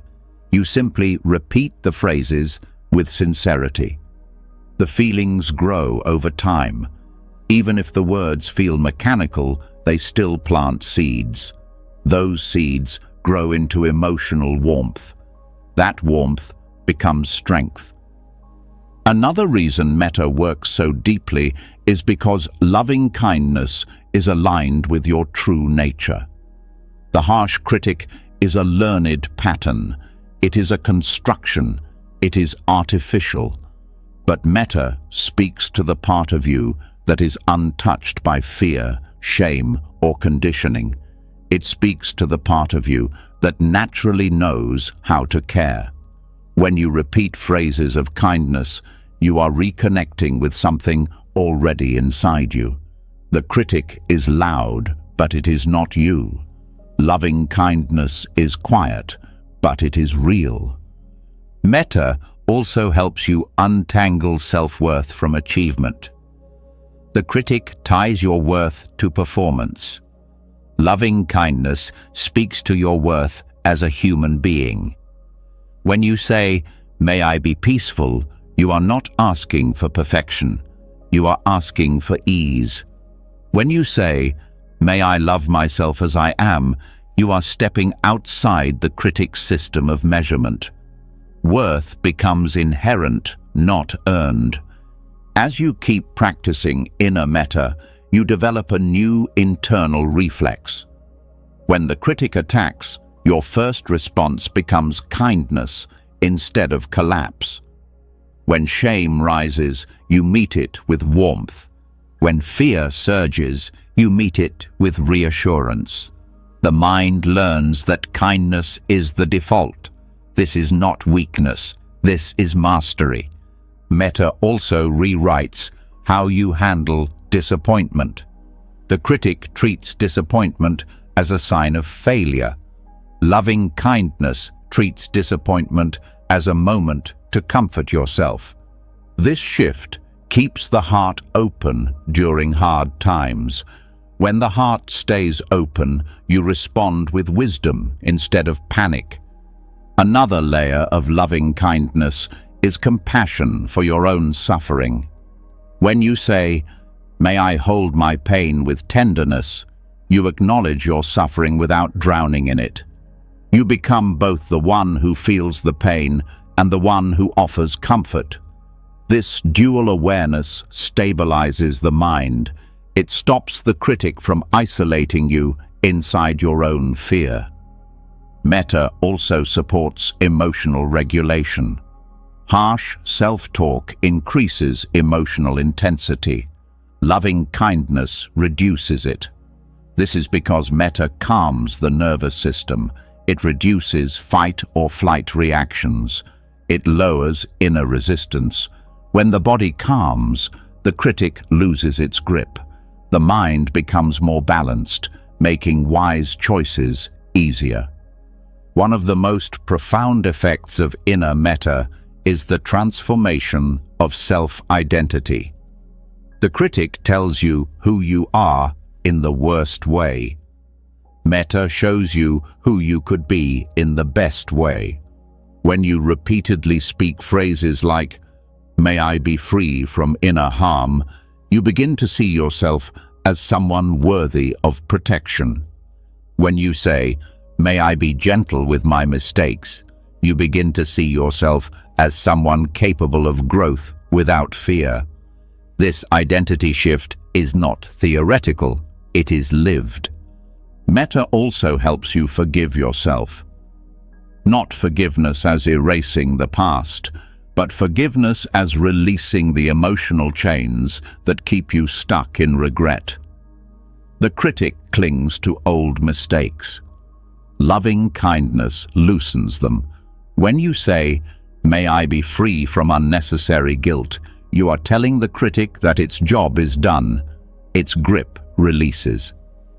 Eventually, metta creates a deep inner loyalty to yourself, a loyalty that makes you stop abandoning yourself when life gets hard, a loyalty that makes you stop speaking to yourself like an enemy, a loyalty that makes you choose kindness even when the critic demands cruelty.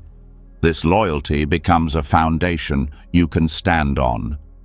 And over time, the harsh narrator becomes quieter, not because you defeated it, but because you stopped believing it. Loving kindness becomes your inner language. Warmth becomes your inner climate. Compassion becomes your inner truth. And from that truth, a new way of living arises, one that feels clearer, softer, and far more human. When loving kindness becomes the tone of your inner world, something deeper begins to loosen, something that has been quietly holding your suffering in place for years. The harsh narrator starts losing its authority, and in the space it leaves behind, you begin to feel a strange softness, a lightness you didn't expect. It almost feels like a doorway you've passed without realizing it. And on the other side of that doorway is one of the most liberating truths in Buddhism. The self you speak to is not fixed, solid, or permanent. The you your inner critic attacks is always changing, always shifting, never the same from moment to moment. Once you understand this, compassion starts to grow naturally, because how can you blame a self that is constantly disappearing and becoming new? There is something quietly transformative about realizing you are not a fixed identity. Most people speak to themselves as if they are carved in stone. I always do this. I'll never change. This is just who I am. These statements feel heavy because they freeze your entire being into a single moment, a single behavior, a single emotion. But anatta, the Buddhist teaching of no fixed self, reveals something very different. It shows that the you who felt ashamed yesterday is not the same you reading this right now. The you who made a mistake last year does not exist anymore. The mind, the body, the emotions, the beliefs, all of them shift constantly. Nothing stays the same long enough to deserve permanent blame. Speaking to yourself from this understanding changes everything. Instead of telling yourself, I am bad, you see that a moment of confusion happened. Instead of saying, I am weak, you see that a moment of fear arose. Instead of saying, I am broken, you see that pain pass through your experience. This perspective doesn't erase responsibility. It releases the unnecessary weight of self-condemnation.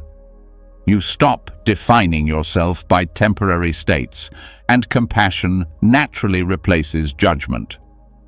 When you realize there is no solid self to attack, the inner critic loses its main target.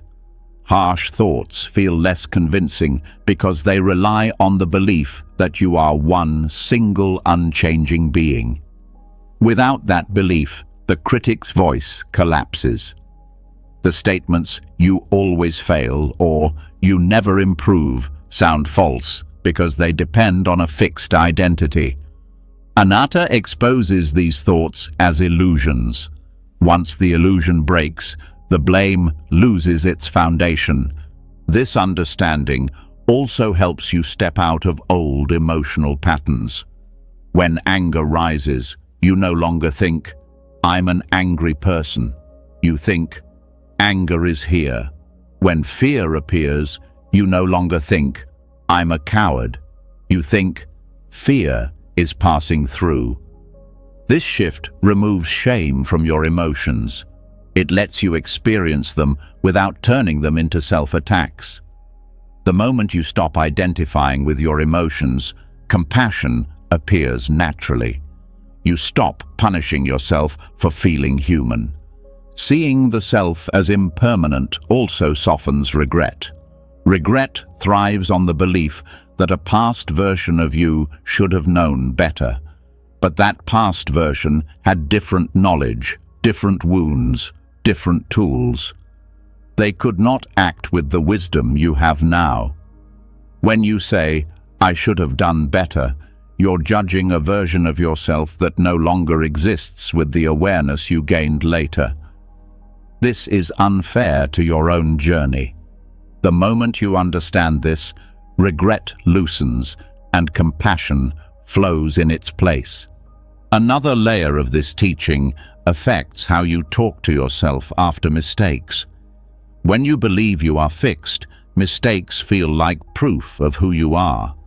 But when you understand impermanence, mistakes become moments of learning. You stop saying, "I ruined everything," and start saying, "Something didn't work, I can adjust." You stop attacking yourself for not being perfect and start supporting yourself through growth. This shift transforms your entire relationship with failure. You stop fearing it because it no longer threatens your identity. Understanding impermanence also changes how you relate to shame. Shame attaches itself to a belief in a constant self. I am shameful. But if the self is changing, then shame cannot define you. It becomes an event rather than a character trait. When shame loses its grip, self-kindness becomes easier. You stop treating yourself as a problem to fix and start seeing yourself as a being passing through a very human experience. There is also a deep emotional relief in realizing that you don't have to carry the weight of past identities. Every time you outgrow a version of yourself, you are free to release the story that came with it. You don't owe loyalty to your old patterns. You don't have to keep punishing yourself for actions taken by a person who no longer exists. This is not avoidance. It is clarity. It is the freedom to evolve without dragging chains behind you. When you apply this understanding to self-talk, your inner language becomes gentler. Instead of rigid labels, you use descriptions. Instead of accusations, you use observations. Instead of permanent judgments, you use temporary acknowledgements. You learn to say, "This is what I'm feeling now," rather than, "This is who I am." This small difference in wording reshapes the emotional tone of your mind. It removes violence and adds humanity. Impermanence also teaches you not to cling to your worst moments. Painful thoughts, embarrassing memories, difficult emotions, they rise and fall like everything else. When you say to yourself, "This won't last," you create space. You stop gripping the moment so tightly.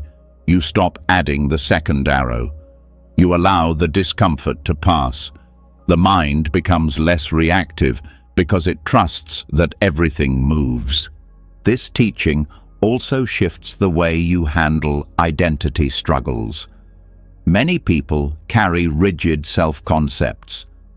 I'm not good at relationships. I can't handle stress. I always shut down.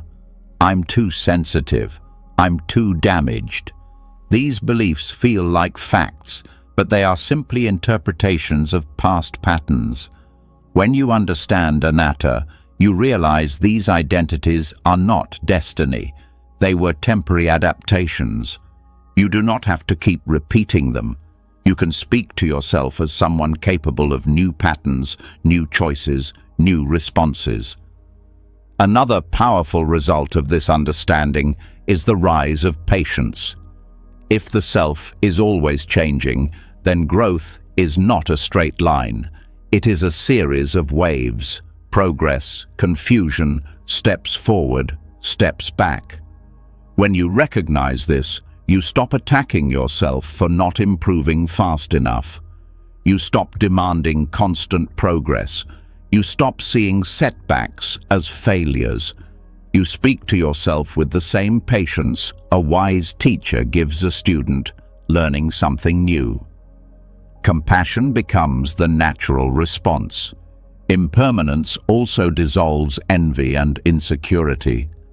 When you believe you are fixed, you compare yourself to others as if the comparison is permanent. But when you see that everyone is changing, growing, struggling, and evolving, comparison becomes gentler. You understand that everyone is in motion, including you. You stop punishing yourself for not matching someone's temporary moment. One of the deepest gifts of this teaching is that it frees you from defining yourself by your suffering. Painful emotions come and go. Traumas rise and fall. Old wounds surface and fade. They do not define you. They shape you for a moment, then shift. When you talk to yourself with this understanding, you stop saying, "This is who I am," and start saying, "This is what I'm carrying right now." That shift alone creates compassion. When you realize there is no solid you, self-blame becomes harder to maintain. Who exactly are you blaming?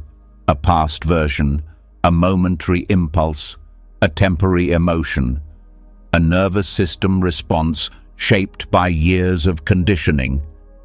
This perspective does not dismiss responsibility. It dissolves unnecessary cruelty. You start holding yourself accountable without punishing yourself. You take responsibility without shame. You grow without fear. Speaking to the impermanent self also opens your heart to forgiveness. Not forgiveness as forgetting, but forgiveness as releasing yourself from identifying with your past. When you realize the person who suffered is not the same as the one standing here now, forgiveness becomes possible. You stop dragging the old self into the new moment. You stop freezing your identity in your worst memories. You start treating yourself with mercy. This understanding also cultivates humility. If the self is always changing, then you don't need to cling to being right, strong, perfect, or certain. You can soften. You can admit you don't know. You can let yourself learn. You can grow without shame. Humility opens the door to growth because it removes the ego's need for rigid identity. Without that rigidity, your inner speech becomes kinder, gentler, and more honest.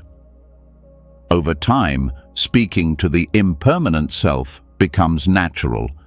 You no longer talk to yourself as a fixed thing. You speak to the present experience. You speak to the present emotion. You speak to the present need. Your inner voice becomes fluid, responsive, compassionate. The critic loses its foundation. Blame dissolves. Shame fades.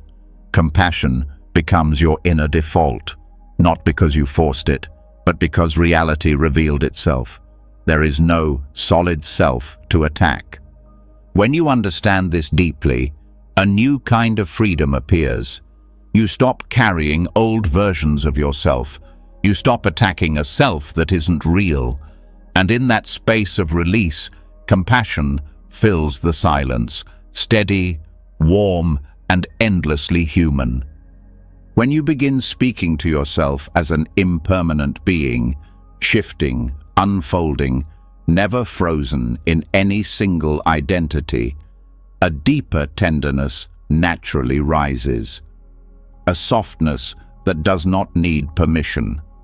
A warmth that does not need perfection. And in that softness, another truth becomes impossible to ignore. You have always known how to offer compassion to others. You have always known how to comfort, how to understand, how to forgive, how to extend kindness without hesitation. But when it comes to yourself, that same compassion suddenly feels out of reach, as if you are the only being on earth not deserving of the care you freely give. This silent contradiction is where the next part of the path begins, learning the Bodhisattva's self-compassion, offering yourself the same care you would offer any suffering being. There is something heartbreaking about realizing that many people can easily comfort a friend, but collapse when offering comfort to themselves. They will sit with someone else's tears, but shame themselves for their own. They will forgive another person's mistake, but torment themselves for days over a moment of humanity. This double standard does not come from malice. It comes from conditioning. Many grew up believing compassion must always go outward, never inward. That self-care is selfish. That self-forgiveness is weakness. That their own suffering must be minimized because others have it worse. Yet compassion does not work like a limited resource. It does not diminish when used on yourself. In fact, the more you include yourself in compassion, the more freely compassion flows outward. A bodhisattva is someone committed to the liberation of all beings, but that word all includes you. People forget this. They picture compassion as something they pour from an emptying cup, giving everything away while leaving nothing for themselves. They do not realize that compassion grows when shared, not when hoarded. When you offer compassion outward but refuse to receive it inward, the flow becomes blocked. Exhaustion appears, resentment appears, quiet bitterness appears. Your heart closes slowly because you are giving from depletion instead of fullness. True bodhisattva compassion is circular. It moves outward and inward with no break in the movement. Self-compassion nourishes the heart that offers compassion to others. Without inner compassion, outer compassion becomes performance, obligation, or self-erasure. With inner compassion, outer compassion becomes effortless, sustainable, and genuine. The first step in including yourself in compassion is noticing how quickly you exclude yourself. When someone else suffers, you may immediately think, they deserve kindness. But when you suffer, the first thought might be, I should handle this better, or I shouldn't feel this way, or I caused this. This reflexive self-exclusion is a learned pattern. You learn to place yourself outside the circle of compassion. You learn to treat your suffering as an inconvenience.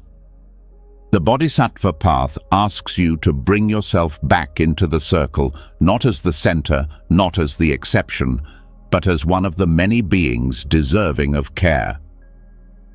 Another reason people exclude themselves from compassion is fear. Fear that being gentle with themselves will make them weak. Fear that self-forgiveness will lead to irresponsibility. Fear that self-kindness will dissolve discipline. But compassion does not weaken effort. It strengthens it. When someone speaks to themselves with warmth, they become more resilient, not less. They recover faster from mistakes. They learn without shame. They grow without fear. Self-compassion sharpens wisdom because it removes the emotional fog created by self-judgment. Compassion toward yourself also allows you to see your own suffering clearly. Many people minimize their pain because they believe acknowledging it makes them selfish. But the Bodhisattva sees suffering with honesty. When you deny your pain, it does not disappear. It moves underground, shaping your reactions, your choices, and your relationships in ways you cannot see. Self-compassion brings that suffering into the light without shame. It says, "This hurts. Let me care for it." That simple internal gesture can prevent years of hidden struggle. Self-compassion also breaks the cycle of inner scarcity. When you believe compassion is something you do not deserve, you begin living in emotional hunger. You offer compassion outward, hoping someone will give it back to you, knowing deep down you will not allow yourself to receive it. This creates quiet pain, a sense of emptiness, a longing that cannot be fulfilled because you are the one blocking the door. Self-compassion opens that door. It allows you to receive the kindness you have been waiting for from yourself. One of the deepest aspects of Bodhisattva compassion is seeing all beings as equal in their longing for relief from suffering. This includes the part of you that feels broken, ashamed, or lost. That part does not need your judgment. It needs your kindness. When you talk to yourself in a compassionate tone, you treat your inner suffering the same way you would treat another person's suffering, with gentleness, not criticism. This inner equality is essential. Without it, your compassion becomes selective. With it, compassion becomes unconditional. Self-compassion also changes the way you hold responsibility. Many people treat responsibility as punishment. They believe the only way to avoid mistakes is through inner attack. But responsibility is clearest when held with compassion. When you treat yourself with kindness, you can see your choices more clearly. You can admit mistakes without defensiveness. You can change your behavior without hating yourself. Compassion does not remove responsibility. It makes responsibility workable. Another important layer is recognizing that your suffering is not unique in its structure. Pain, regret, fear, longing, confusion. These experiences appear in every human life. Seeing this universality softens your self-judgment. You stop blaming yourself for being human. You stop expecting yourself to rise above emotions no one else escapes. This shared humanity is the foundation of compassion. When you see your suffering as part of the human condition, compassion flows naturally toward yourself. Self-compassion also builds emotional stability. When you treat yourself kindly, you create an inner refuge, a place you can return to when life becomes overwhelming. Many people do not have this refuge. Their inner world feels hostile. When something goes wrong, they attack themselves instead of supporting themselves. This doubles suffering. The Bodhisattva path encourages you to become your own refuge. When you speak to yourself with compassion, you slowly create an inner environment where your mind feels safe. Compassion toward yourself also prevents burnout. You cannot carry the suffering of others if you cannot hold your own with tenderness. Compassion fatigue is not caused by giving too much. It is caused by giving without receiving inwardly. When you include yourself in the circle of compassion, you replenish the heart that gives. You protect your capacity to care. Compassion becomes renewable rather than draining. Self-compassion also transforms the way you relate to your mistakes. Instead of treating them as evidence of unworthiness, you treat them as opportunities for gentle correction. A bodhisattva does not shame themselves for their imperfections. They recognize imperfection as part of the path. When you say to yourself, "I made a mistake and I can learn," you respond with wisdom rather than self-attack. This supports growth without emotional damage.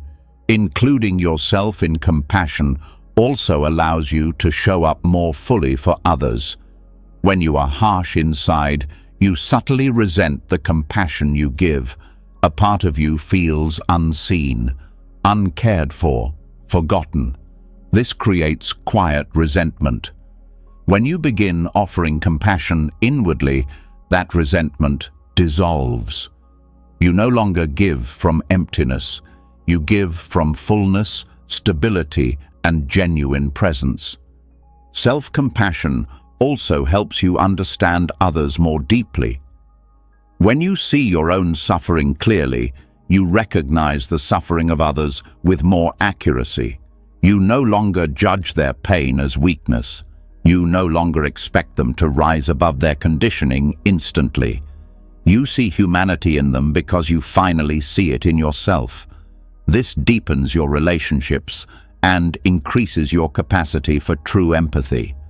The Bodhisattva's compassion includes understanding your own limits. Many people harm themselves by pushing beyond what their body or mind can hold. They ignore exhaustion. They ignore emotional strain. They ignore signs of burnout. Self-compassion teaches you to honor your limits as sacred, to rest when needed, to say no when overwhelmed, to protect your well-being without guilt. This is not selfish, it is wisdom. A depleted person cannot serve anyone. Finally, self-compassion connects you with the truth that you too are a being on the path. You are not above or below anyone else. You are learning, you are growing, you are healing. You are making your way through the world with the tools you have, just like every other person. When you see yourself this way, compassion toward yourself becomes natural, not forced, not practiced, natural. When you finally allow yourself to be included in the circle of compassion, something subtle starts to unfold in the background. Your self-talk becomes warmer. Your inner tone becomes softer. Your reactions become slower, steadier, more spacious. And in that new spaciousness, you begin to notice something profound. Not every thought deserves a reply. Not every inner disturbance needs a lecture, a correction, or a comforting message. Sometimes the most loving thing you can offer yourself is silence. Not the cold silence of withdrawal, but the gentle silence of awareness. A silence that leaves room for your experience to breathe without pressure, without judgment, without interference. There is a kind of suffering that grows stronger when you argue with it. When negative thoughts appear, the instinct is to answer them, fix them, push them away, or layer new thoughts on top of them. But the more you fight with them, the louder they become. The more you try to solve them, the deeper they embed themselves. You end up in an internal conversation that exhausts you without creating any peace. This is because suffering fed by engagement grows. Suffering met with spacious awareness fades. Silence becomes a loving response when you realize you do not need to win against your thoughts. You do not need to compete with them. You do not need to correct every harsh sentence that appears in your mind. You simply need to step out of the struggle. Negative thoughts are not commands. They are not truths. They are not instructions. They are events in consciousness, passing, shifting, dissolving on their own when not fueled by attention. Silence gives them nothing to push against. This kind of silence is not emptiness, it is presence. A gentle presence that watches thoughts come and go without identifying with them. When you respond to your own suffering with this quiet awareness, you create a refuge inside yourself. A place where you are no longer drowning in your thoughts, but witnessing them from a place that is untouched by their noise. One reason silence is so powerful is because suffering often grows from reaction. A painful memory surfaces and the mind reacts with panic. A self-critical thought rises and the mind reacts with resistance. A fear appears and the mind reacts with judgment. Each reaction tightens the knot. Each reaction adds another arrow. When you respond with silence, you interrupt this chain. You stop giving the suffering anything to cling to. You stop adding friction. This does not mean ignoring your pain. Ignoring is another form of resistance. Loving silence means allowing your pain to exist without fighting it and without drowning in it.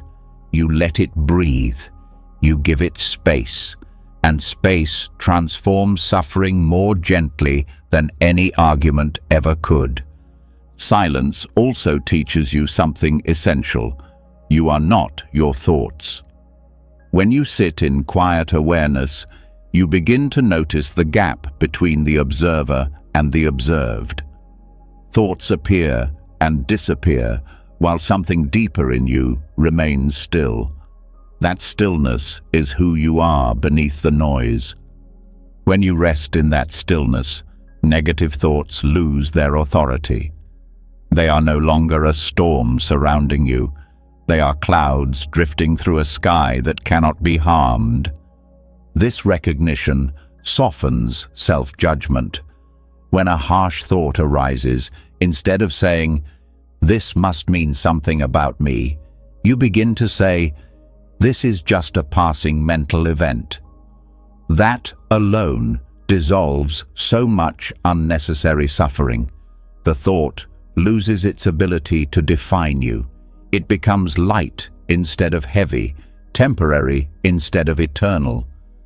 Silence also protects you from believing the stories your mind creates when you are tired, stressed, or overwhelmed. In those moments, your thoughts are rarely accurate. They are colored by emotion. They are shaped by old wounds. They rise from fear rather than clarity. Responding to them with silence prevents you from making them more real than they are. It keeps you from feeding illusions. Sometimes the most compassionate thing you can do for yourself is to stop arguing with your own pain. To stop trying to fix yourself in every moment. To stop treating every thought as a problem that needs immediate attention. Silence teaches you to trust that not every wave needs to be fought. Some waves simply need to pass. Another reason silence is healing is because the mind often uses words to attack itself. Words are the critic's weapons. When you stop speaking back, even kindly, you take away the battlefield. The critic has nothing to fight. It loses momentum. It fades out of habit. Your silence becomes stronger than its noise. Over time, the critic becomes weaker, not because you defeated it, but because you stopped participating in its game. Silence is also a form of deep respect for your inner world. It acknowledges that your experience deserves room to unfold naturally. When a difficult feeling arises, silence tells that feeling, "You are allowed to be here." That acceptance alone can dissolve tension. So much of suffering is caused by the belief that certain inner states are unacceptable. Silence removes that belief. It lets the mind move without interference. This silence is not passive. It is intentional. It is full of awareness. It is the choice to stay present without forcing yourself to feel differently. For many people, this is the first time they have ever been allowed to feel without pressure. This alone can begin to heal childhood wounds where emotions were met with dismissal, correction, or punishment. Silence also allows wisdom to emerge. When the mind stops reacting, deeper understanding rises naturally. Insight does not appear in noise. Insight appears in stillness. When you stop answering your thoughts and simply observe them, patterns become clear. You see which thoughts arise from fear, which arise from habits, which arise from outdated identities. You learn to differentiate between temporary mental weather and deeper truth. This clarity grows only in silence. Loving silence is especially powerful during moments of shame. Shame thrives on internal debate. It grows when you argue with it. It grows when you cling to it. It grows when you try to push it away. But when you meet shame with silence, something surprising happens. It weakens. Shame expects attack or collapse. When neither appears, shame has nothing to anchor into. It becomes something you can observe instead of something you drown in. Silence is also a refuge during anxiety. Anxious thoughts multiply when you chase them. Silence breaks the cycle by refusing to chase. You breathe, you sink into awareness. You let the anxious thought run its course without trying to control it. The nervous system begins to settle because there is no added resistance, no internal argument, no pressure to make the anxiety stop. The body responds to silence as safety. Sometimes silence is the only response that feels true. If you try to force positive thoughts when you feel deeply hurt, they can feel fake. If you try to rationalize your emotions in the middle of chaos, the mind can feel overwhelmed. Silence allows you to be honest. You don't need to fake strength. You don't need to pretend clarity. You don't need to say anything to yourself at all. You simply stay with yourself. That alone is deep compassion. Silence also honors the mystery of your inner world. Not everything needs to be explained or solved. Some pain needs time, not answers. Some emotions need space, not correction. Silence is a kind of trust. Trust in your own capacity to endure, to heal, to transform without forcing the process. This kind of silence also builds self-respect. When you stop reacting to every inner disturbance, you stop being controlled by your thoughts. You begin to trust yourself. You begin to stand more firmly. You begin to feel less fragile. The mind becomes a place where you are not constantly pulled by every passing emotion. You find a center inside yourself, a place of quiet strength. Loving silence also helps you navigate the intensity of your own sensitivity. Many people are overwhelmed not because their emotions are too strong, but because they never learned to sit in silence with themselves. They were taught to respond, fix, talk, explain, push. Silence gives them a new way to be with their inner experience, one that does not require effort. As you practice this, you begin to see that silence is not empty.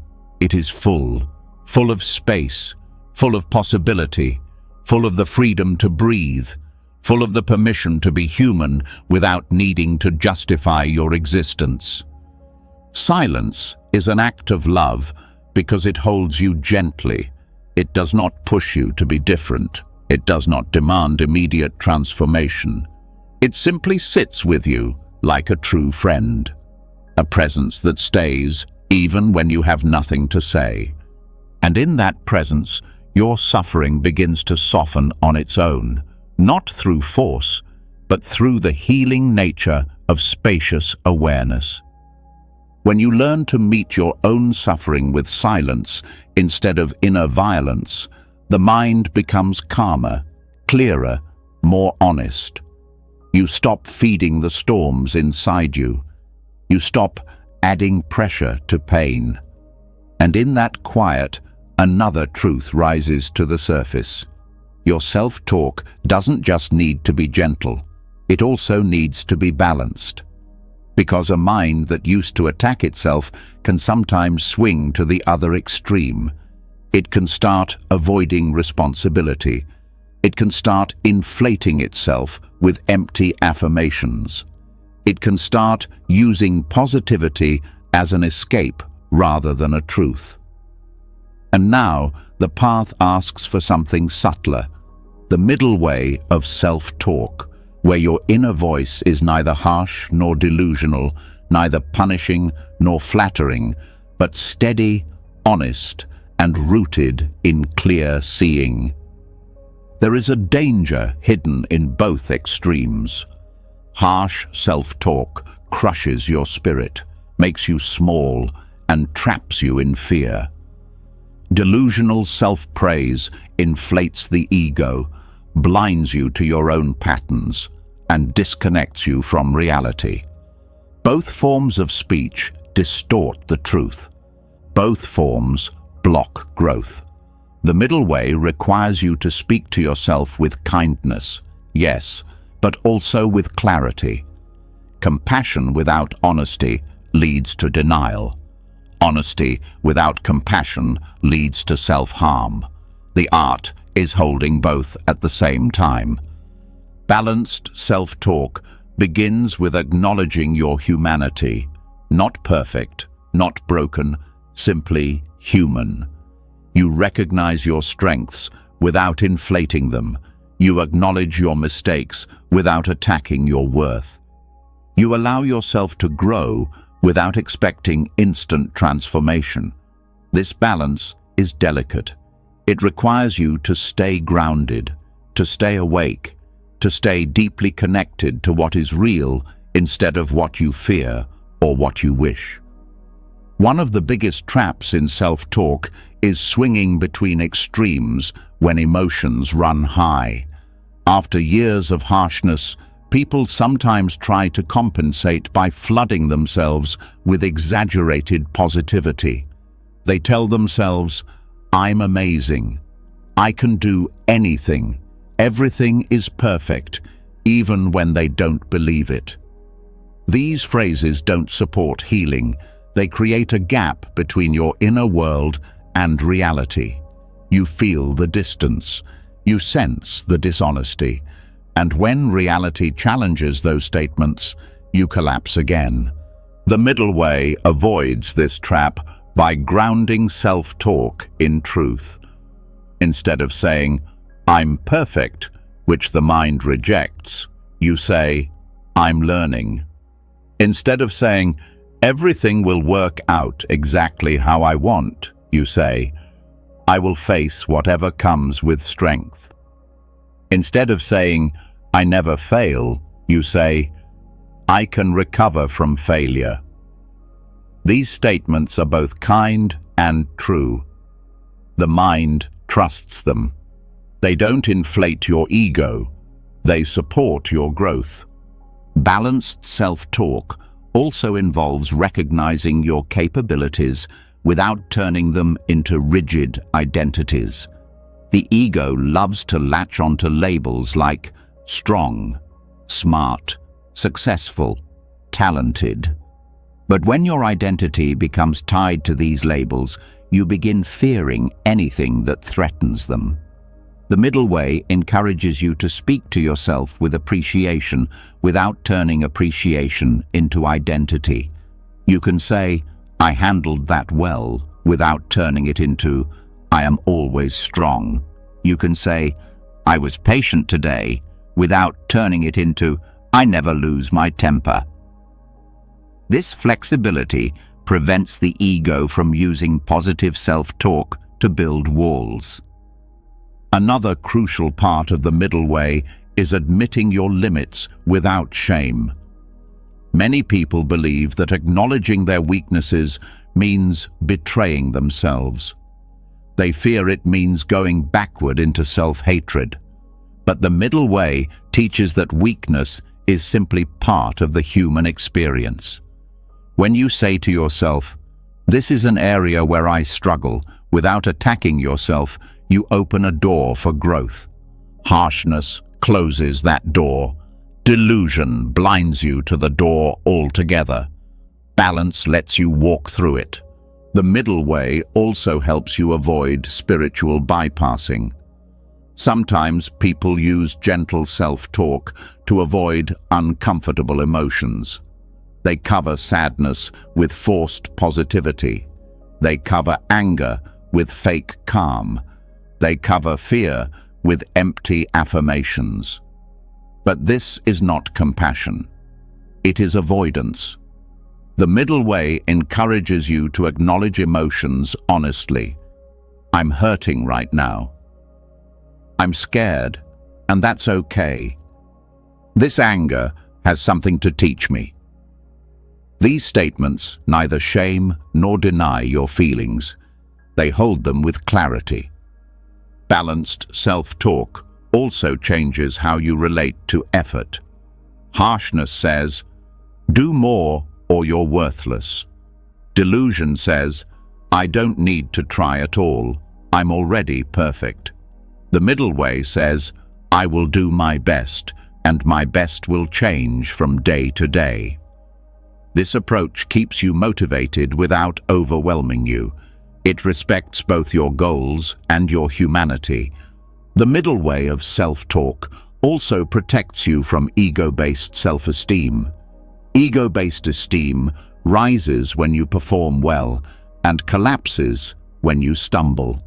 It depends on achievement, comparison, and approval. The middle way builds a different kind of esteem, one rooted in your intrinsic worth. When you speak to yourself kindly and truthfully, your confidence no longer rests on external success. It rests on the steady relationship you have with yourself. This confidence does not crumble under pressure because it was never built on illusion. Balanced self-talk also involves recognizing when the mind is exaggerating. The mind loves extremes. "I ruined everything. Nobody cares. I will never get better." This always happens. The middle way helps you catch these distortions. Instead of blindly believing them, you respond with grounded clarity. "This is one moment, not my whole life. I'm overwhelmed, not hopeless. This didn't go well, but I can learn from it." This doesn't sugarcoat reality. It corrects distortion without cruelty. Another essential part of the middle way is speaking to yourself respectfully, even when you are correcting yourself. Many people only know how to motivate themselves through pressure or shame. They believe compassion makes them lazy, but the middle way shows that respect is a more effective teacher than punishment. You can say, "I could have handled that differently," without saying, "I'm terrible." You can say, "I want to improve this behavior," without saying, "I'm flawed." Respect-based correction supports change without damaging your self-worth. Balanced self-talk also prevents self-centered positivity. Some people misuse self-kindness by inflating themselves above others. They turn compassion into superiority. The middle way keeps compassion grounded by reminding you that your worth is equal to others, not higher, not lower. This prevents self-talk from becoming ego reinforcement. It keeps kindness humble. It keeps confidence soft. It keeps self-acceptance from turning into self-importance. The middle way also teaches you to separate your behavior from your identity. When you believe your actions define your entire worth, every mistake becomes catastrophic. Balanced self-talk separates the two. "I made a mistake, but I am not a mistake." This separation allows you to take responsibility without drowning in shame. It allows growth without self-hatred. Another aspect of balanced inner speech is recognizing when self-praise becomes escapism. Saying, "I'm amazing," during a moment when you need accountability can block growth. But saying, "I'm capable of doing better," invites both self-respect and self-honesty. Balanced praise supports effort without inflating the ego. It encourages courage without creating arrogance. The middle way also helps you face your flaws with gentleness. A balanced inner voice can say, "This is something I need to work on," with the same warmth you would offer a friend.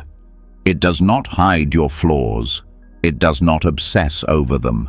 It acknowledges them as part of your path. This allows you to approach self-improvement with curiosity instead of dread. Balanced self-talk also supports emotional maturity. It keeps you from reacting to every mood as if it defines you. When sadness rises, you do not say, "I'm broken."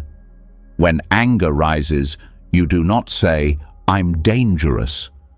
When fear rises, you do not say, "I'm weak." Instead, you say, "This is a passing state." This clarity keeps emotions from becoming identities. The middle way also protects you from overconfidence. Confidence built on delusion collapses when challenged.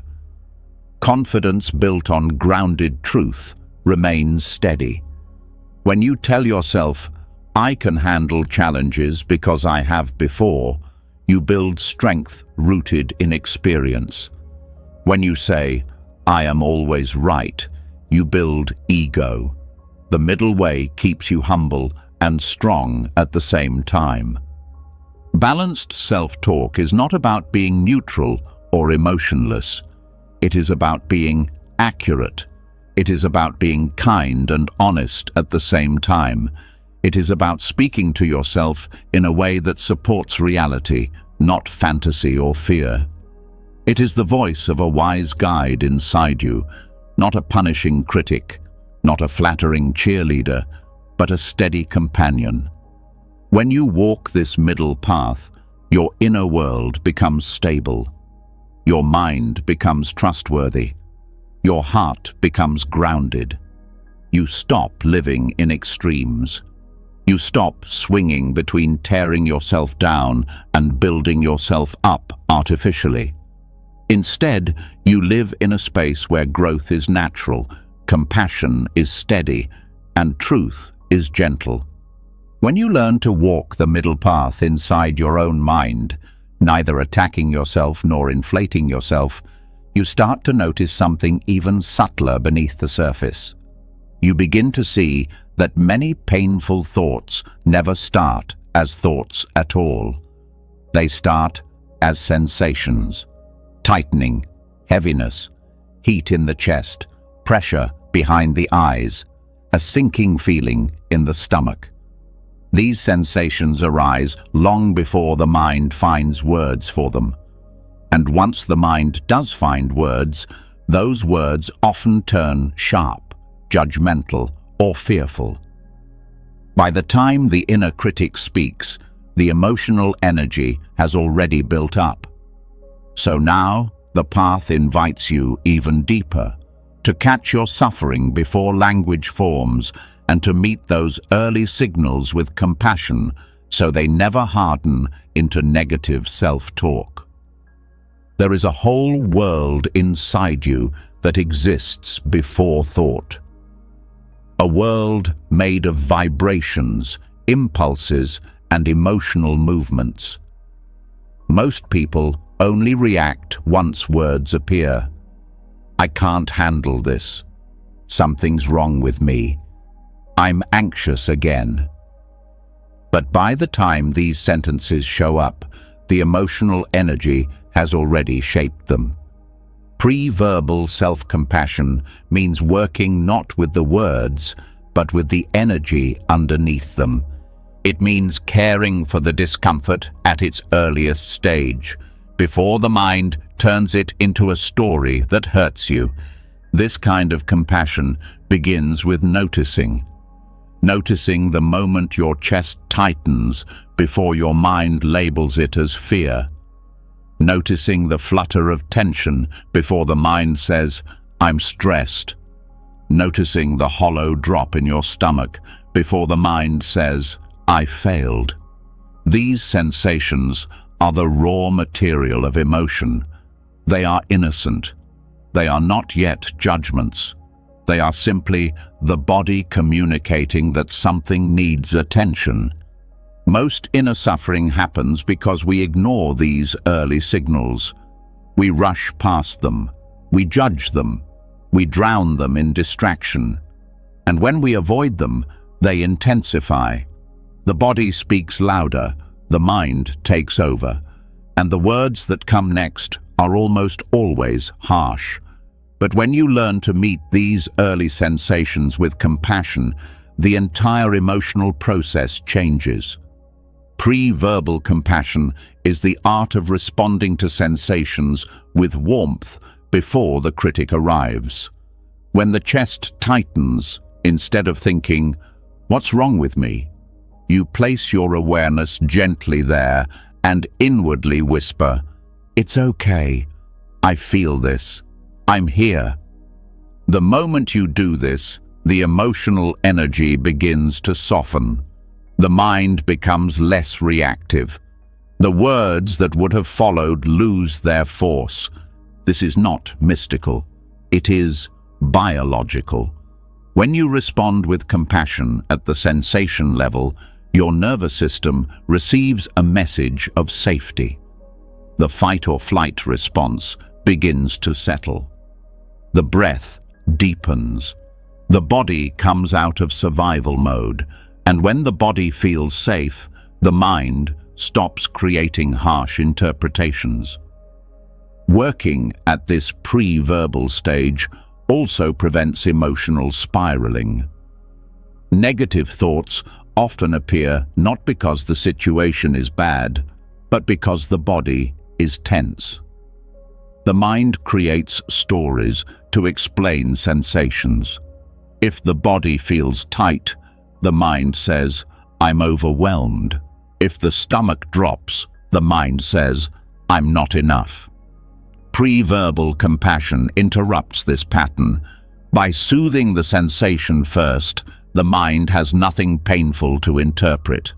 Another layer of pre-verbal compassion is learning to stay with emotion without forcing it to go away. Many people panic when uncomfortable sensations arise. They think the discomfort itself is the problem, but emotions only grow louder when resisted. When you stay with them gently, without rushing, without judging, you teach your body that it is allowed to feel. That permission alone reduces suffering. This practice also helps you understand emotions in their pure form. Before words distort them, emotions have a natural intelligence.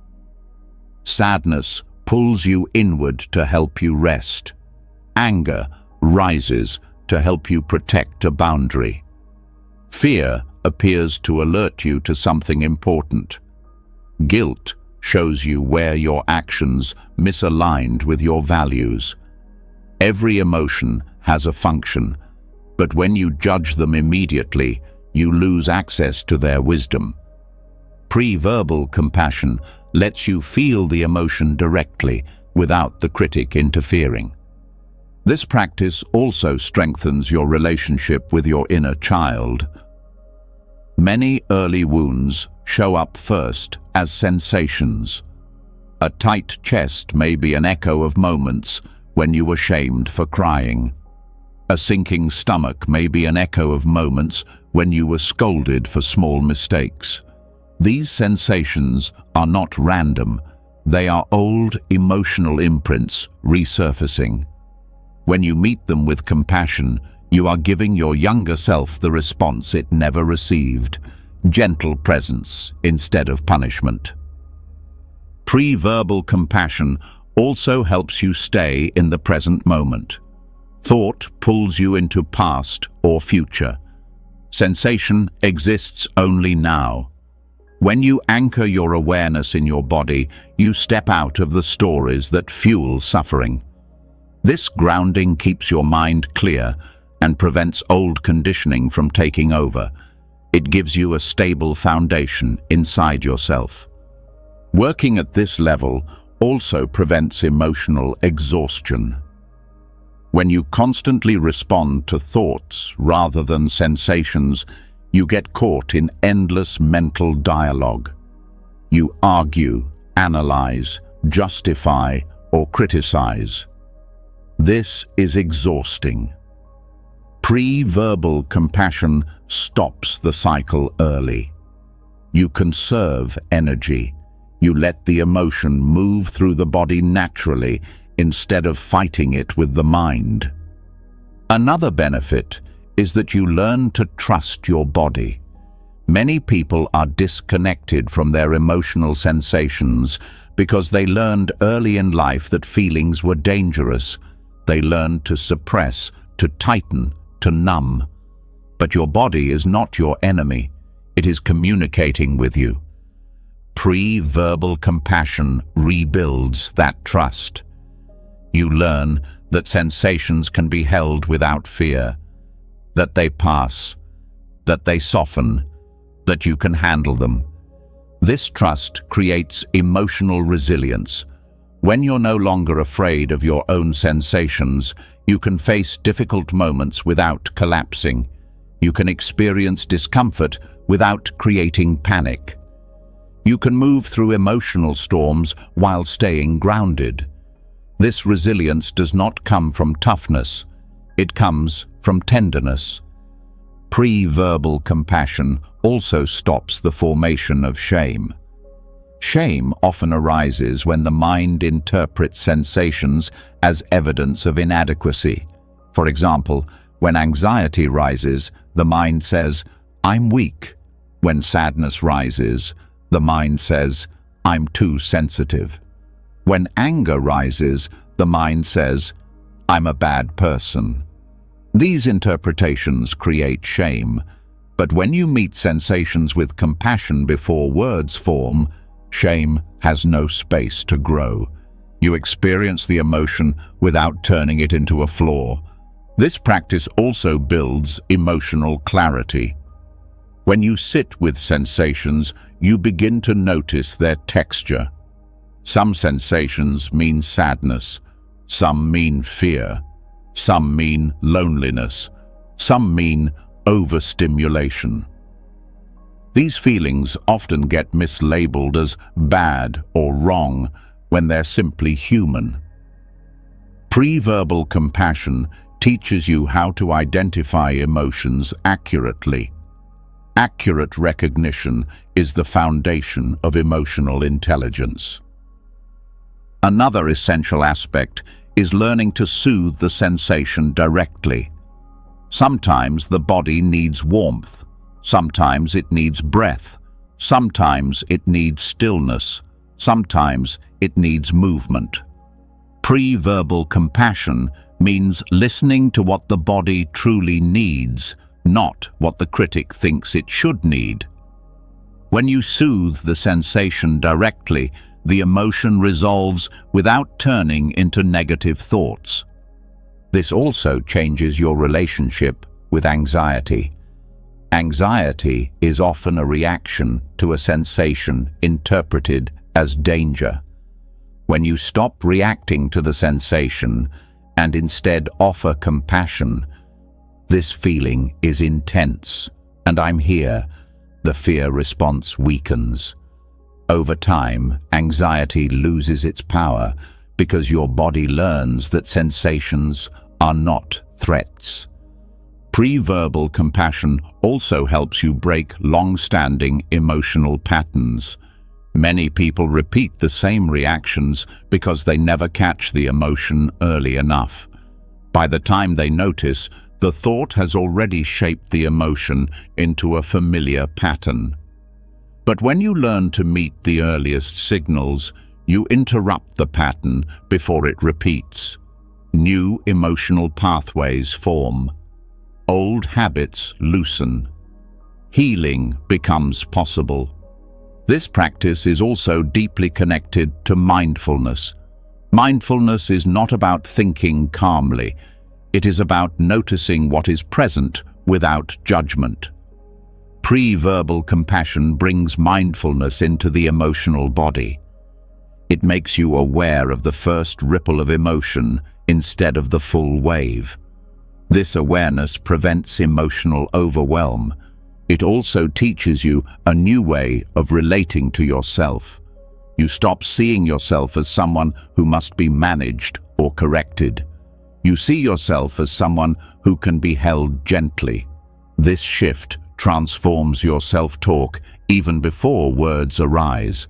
The inner world becomes less about performance and more about presence. Practicing pre-verbal compassion also opens you to deeper spiritual insight. You begin to see that emotions are not personal. They arise due to conditions. They move according to their nature.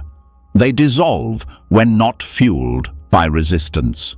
This understanding softens your sense of self and deepens your compassion for all beings who struggle with the same human experience. Over time, this practice becomes natural. You begin noticing sensations before thoughts. You respond with warmth automatically. You stop engaging in inner battles. You trust the process of emotion rather than fearing it. You move through life with more ease because you are no longer ambushed by your own mind. And slowly, a new kind of self-talk emerges, not built from words, but from presence. A compassionate presence beneath thought, a quiet love beneath language, a tenderness that does not need to speak to be felt. The more you learn to meet your own emotions before they turn into words, the more you notice something unexpected rising in the background. Beneath the tension, beneath the shame, beneath the fear, there is a familiar voice that always seems to appear at the worst possible moment. The voice that criticizes, the voice that scolds, the voice that whispers, "You should be better, faster, stronger, quieter." And now, after every layer of awareness you've gained, that voice starts to look different. It no longer feels like pure aggression. It feels wounded. It feels tired. It feels scared. This is where the path gently turns. Instead of fighting the inner critic, you begin to see it as a suffering being inside you, one that needs compassion just as much as any frightened child.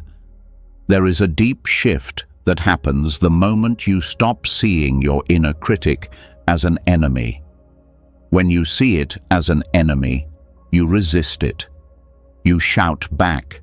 You try to silence it. But resistance feeds it. Silence enrages it. Fighting it gives it more presence. The critic grows stronger, not because it wants to harm you, but because it feels unheard, because it is trapped inside old fear, because it is repeating patterns from another time, another environment, another version of you. Seeing this changes everything. The inner critic is not cruel by nature. It is desperate. It is terrified of failure, terrified of shame, terrified of rejection. It attacks you because it believes attack is safety. It learned this somewhere. It learned that being harsh protects you from disappointment. It learned that punishing you might keep you from being punished by others. It learned that perfection was the only safe path. And now it uses these outdated survival strategies even when they hurt you more than they help you. Understanding this is not an excuse. It is insight. And insight allows compassion to rise. Compassion toward the critic begins with recognizing its origin. Some critics were shaped by strict parents, some by fear of abandonment, some by cultural pressure, some by trauma, some by environments that required you to be vigilant to avoid harm. The critic is the part of you that took on the role of protector when no one else could fill it. It tried to keep you safe by pushing you, shaming you, or frightening you. But it never learned another way. When you see this clearly, the critic becomes less intimidating. It becomes smaller, more vulnerable, more human. You stop hearing a monster and start hearing a frightened part of your psyche that has been running on outdated programming for years. This is where compassion becomes a tool of liberation. Compassion toward the critic does not mean agreeing with it. It does not mean feeding it. It means saying, "I see you. I know you are scared. I know you are trying to protect me, but I don't need protection through pain anymore." Speaking to the critic this way is like speaking to a frightened child who uses anger to hide fear. You offer steadiness instead of resistance. You offer presence instead of panic. This approach begins to soften the critic's grip. It lessens the intensity of its attacks. Because the critic is not fueled by your mistakes, it is fueled by fear. When fear meets compassion, it begins to dissolve. The inner critic also loses strength when you recognize that it is not your true voice. It is a fragment, a splinter, a survival adaptation. When it speaks, instead of believing it fully, you can say inwardly, "This is the critic speaking, not the whole of me." This separation is powerful. It prevents the critic from merging with your identity. It becomes one part of you rather than the defining voice. Meeting the critic with compassion also means letting it express its fears without letting them control you. Sometimes you can sit quietly and say inwardly, "Tell me what you are afraid of." The critic might respond, not in words, but in sensations, in tension, in a feeling of dread. When you sit with those sensations without judgment, the critic feels seen. This seeing begins to heal it. The critic softens further when you learn to respond with warmth. When it says, "You're failing," you can say, "I hear your fear. I'm still here." When it says, "You're not enough," you can respond, "You learned to say that to protect me. You don't have to guard me that way anymore." When it says, "You will embarrass yourself," you can say, "Thank you for caring. Let me try my way now." These responses seem simple, but they reach the critic in a way arguments never could. The critic is built from pain, so it only understands being met with openness. Another aspect of compassion toward the critic is curiosity. Instead of shutting it down, you can explore it gently. Where did you learn this tone? What are you trying to prevent? What are you afraid will happen if you stop? This kind of curiosity is not interrogation. It is tenderness. It helps you uncover buried beliefs that have been directing your behavior for years. When these beliefs are seen clearly, they lose their grip. They cannot control you from the shadows anymore. Compassion also allows you to update the critic's role. Instead of trying to kill it, you invite it to evolve. You teach it a new language. Instead of punishment, encouragement. Instead of fear, patience. Instead of threats, reassurance. You might say inwardly, "You want to keep me safe. Let's learn a different way." Over time, the critic becomes less of a judge and more of a cautious advisor, still protective, but not harmful. Practicing compassion for the critic is also essential because the critic often represents internalized relationships. If you grew up with harshness, the critic reflects it. If you grew up with unpredictability, the critic mirrors it. When you respond to this part of you with compassion, you are not just healing the critic. You are healing the original wound it came from. You are offering the love that was missing. You are rewriting emotional memory. Compassion toward the critic also stops cycles of self-punishment. Many people respond to their critic with self-hatred. Why am I like this? Why do I always judge myself? This creates a second critic attacking the first. Compassion ends this cycle by saying, both of these voices are hurting, both need kindness. This dissolves inner conflict and brings harmony. Another layer of this practice is recognizing that the critic often shows up strongest when you are vulnerable. Stress, exhaustion, uncertainty, grief, these open the door. The critic appears not because you're failing, but because you're fragile. When you meet vulnerability with compassion instead of hostility, you stop turning vulnerability into suffering. Compassion also helps you reclaim your power. When you fight the critic, you give it energy. When you fear it, you give it authority. When you meet it with kindness, you take your power back. Because kindness is strength. It is clarity. It is stability. It is the ability to stay with yourself in moments when the critic wants you to abandon yourself. Another profound effect of compassion is that the critic becomes less reactive over time. When it appears and you respond with warmth, it begins to trust you. It begins to relax. It begins to believe that you can handle life without its old methods. This internal trust is the beginning of deep healing. Over time, compassion transforms the critic into something new. It becomes an inner reminder to be careful, not cruel. It becomes a quiet guardian instead of a punisher. It becomes a whisper instead of a scream. It becomes a part of you that finally feels safe. This healing does not happen overnight.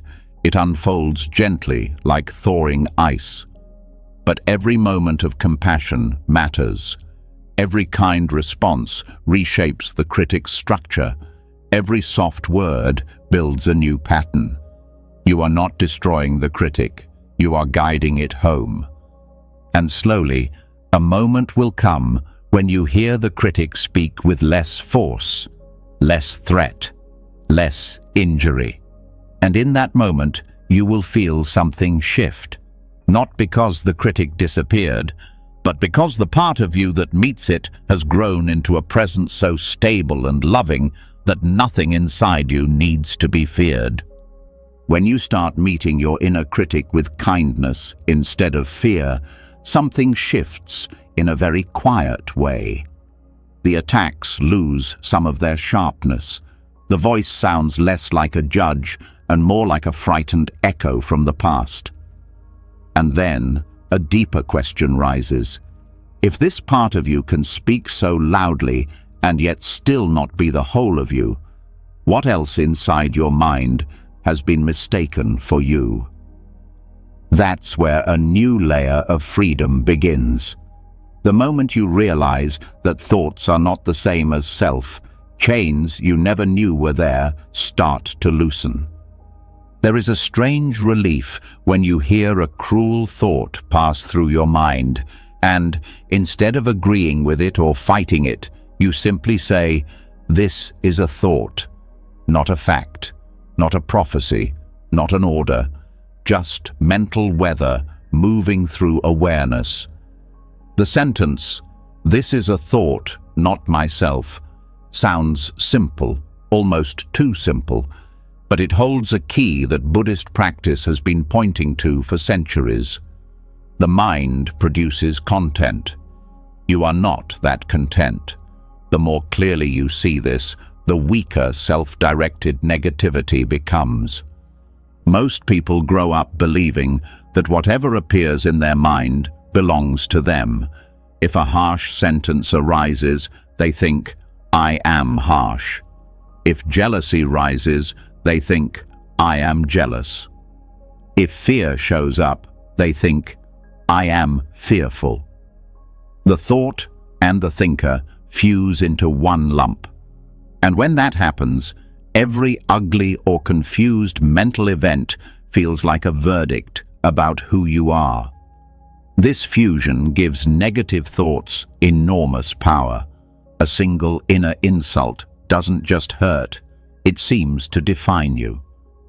The practice of observing thought without ownership begins with separating event from identity. A thought appears, that is all. You don't have to sign your name under it. You don't have to stamp it as your truth. You don't have to take responsibility for its existence in the same way you don't take responsibility for clouds passing through the sky. The sky doesn't apologize for storms. It simply allows them, then clears. Your mind can learn to do the same. This doesn't mean abandoning responsibility for your actions. Behavior still matters. Choices still matter. But thoughts are not the same as choices. They are possibilities, impulses, fragments of memory, conditioning, habit. Many of them pass through without being acted on. When you start to see thoughts as momentary events, you realize you are more than the worst sentence your mind can generate about you. One powerful way to practice this is by changing the language you use internally. Instead of saying, "I am a failure," you can notice, "There is a thought about failure." Instead of, "I am worthless," you can say, "The mind is producing a thought about worthlessness." Instead of, "I hate myself," you can notice, "A painful thought of self-hatred has arisen." This shift may feel subtle, but it creates space. The I steps back. The thought is no longer fused with identity. It becomes something you can hold in awareness instead of drowning in. This space is where compassion enters. When you stop saying, "I am this," and begin saying, "This is here," you give yourself room to respond. A thought that used to hit you like a punch becomes an object you can examine gently. You might feel its impact, but you also see its nature. You notice its tone, its pattern, its frequency. Over time, you begin recognizing recurring thought forms: the fearful one, the perfectionist one, the hopeless one. They stop feeling like your essence and start feeling like old habits passing through. Buddhist practice often uses the metaphor of watching a river.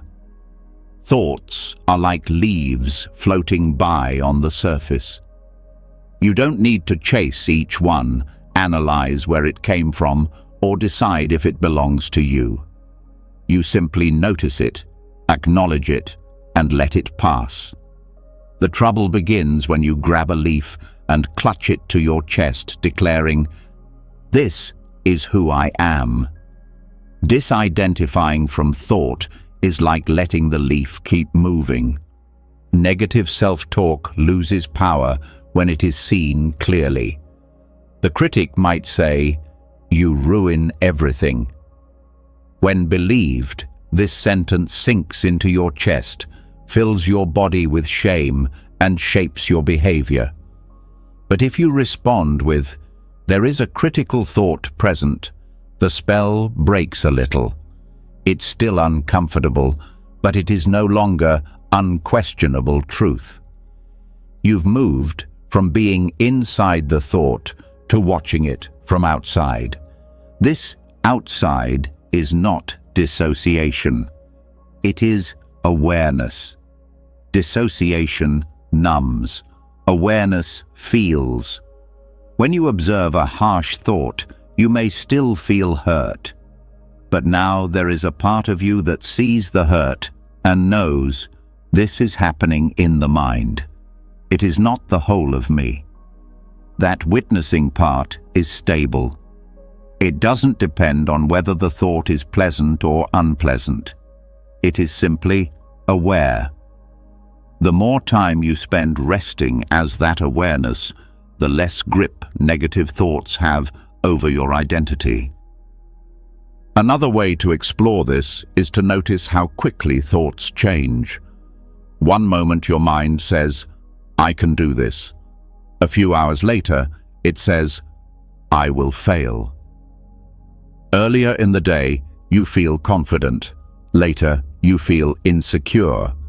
If you were identical to your thoughts, you would be changing personalities dozens of times a day.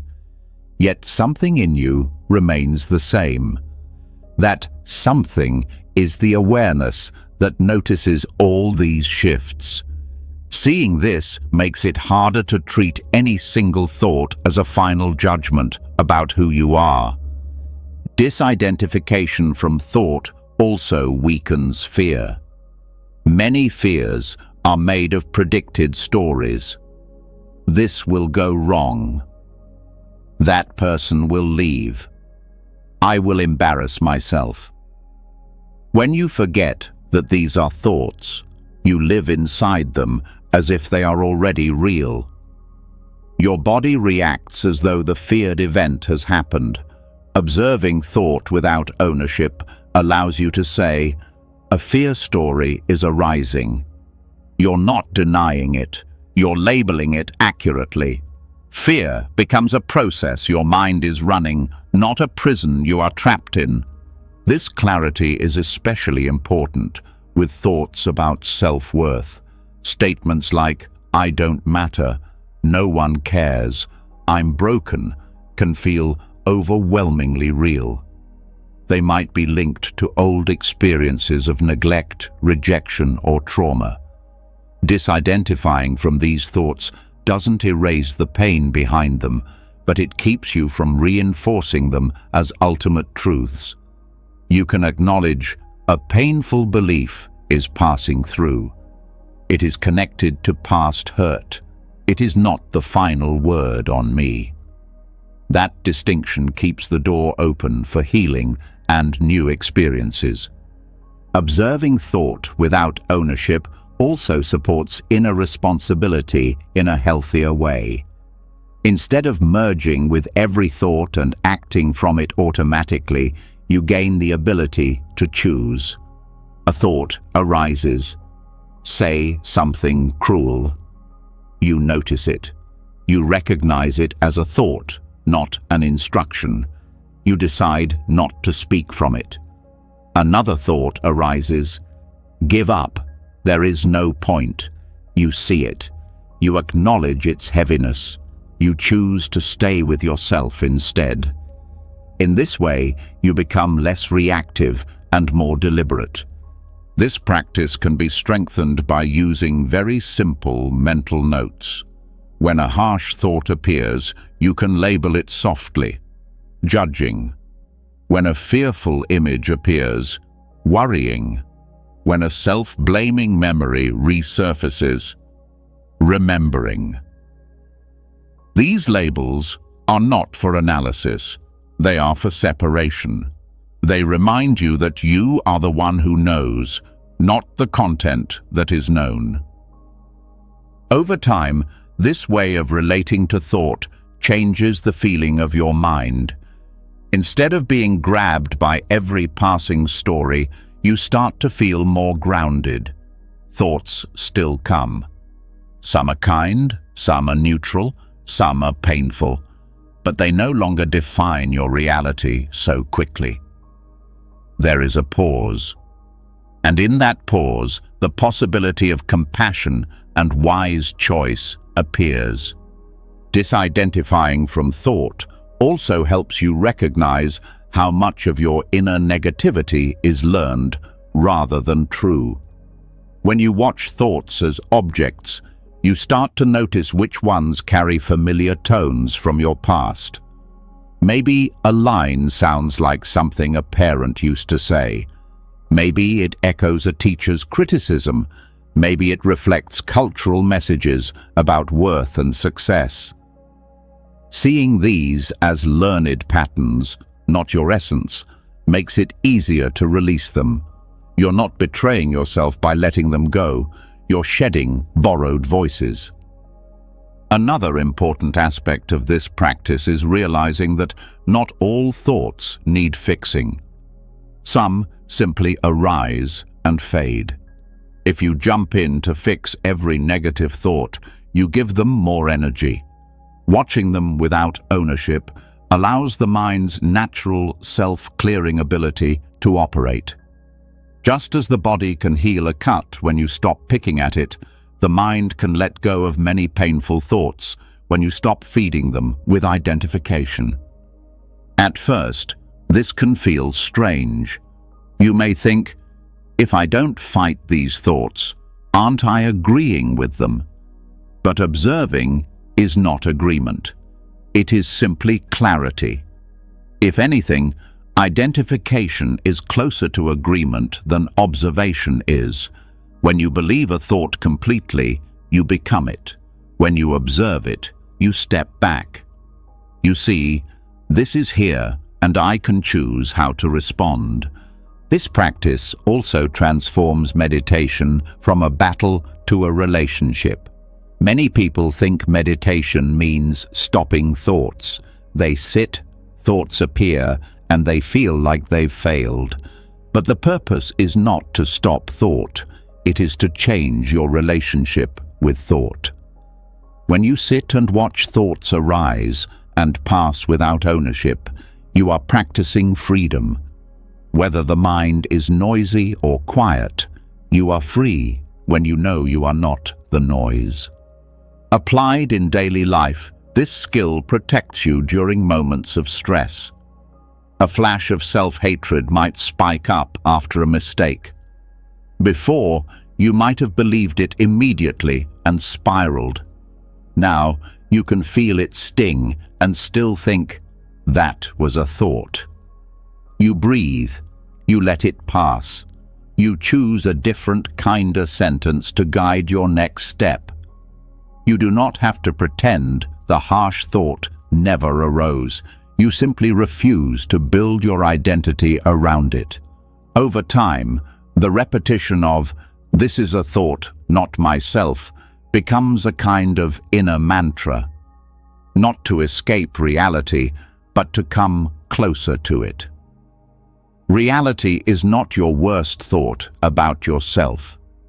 Reality is the awareness that sees that thought, feels its impact, and still holds you gently through it.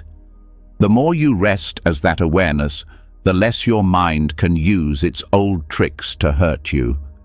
And slowly, what used to feel like an internal prison begins to feel more like an open space. Thoughts come and go, feelings rise and fall, stories appear and fade.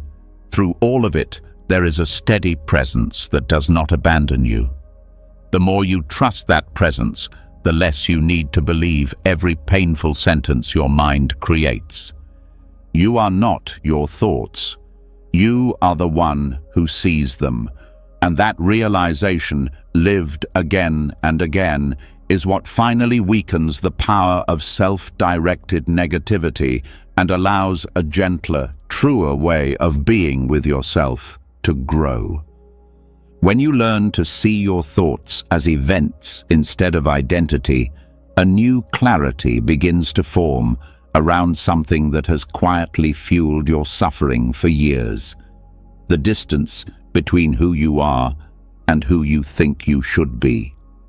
That silent tension, that internal pulling, the constant sense of not enough yet.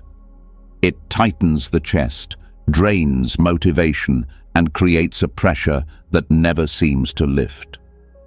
And once you notice it, you start to see how many layers of your self-talk have been built around chasing an ideal version of yourself that doesn't actually exist. This is where the path turns again, toward closing the painful gap between the real you and the imaginary you your mind has been punishing you for not becoming. There is a moment when you realize that most of your self-judgment comes not from your actions, but from your expectations. The mind builds an image of who you should be: calmer, stronger, more confident, more productive, more disciplined, more successful, more enlightened. And everything you do is measured against this invisible figure. But the more you chase this ideal self, the further away you feel. No amount of achievement satisfies it, because the ideal shifts every time you grow. It's a moving target, a phantom, a mirage your mind uses to justify endless pressure. Buddhist realism cuts through this illusion by reminding you that life unfolds through causes and conditions, not through imaginary standards. You cannot be someone different from who you are without first understanding who you are. You cannot jump to a future state without honoring the present state that leads to it. When you hold yourself to unrealistic expectations, you treat yourself as if you are independent from conditions, as if you should magically be wiser, stronger, calmer, or more skillful than your past prepared you to be. Compassionate self-talk helps dissolve this illusion, allowing you to meet yourself with honesty instead of pressure. The first step is recognizing the pain of the ideal. When you say, "I should be more confident," the sentence carries the weight of self-rejection. When you say, "I should be over this by now," the sentence denies your own humanity. When you say, "I should not struggle with this," you ignore the causes and conditions that shaped your experience. This should voice does not inspire growth, it suffocates it, because growth requires acceptance of the starting point. You cannot move forward while rejecting the ground beneath your feet. To close the gap, your self-talk must shift from demanding transformation to supporting transformation. Instead of saying, "I should be calm," you can say, "I'm learning how to stay steady." Instead of, "I should not feel this way," you say, "This feeling is here and I can work with it." Instead of, "I should be better," you say, "I'm growing at the pace my life allows." These sentences do not dilute responsibility. They make responsibility realistic. They acknowledge the truth of your present conditions, and truth is the soil where real progress grows. Another part of closing this gap is seeing how the ideal self is built.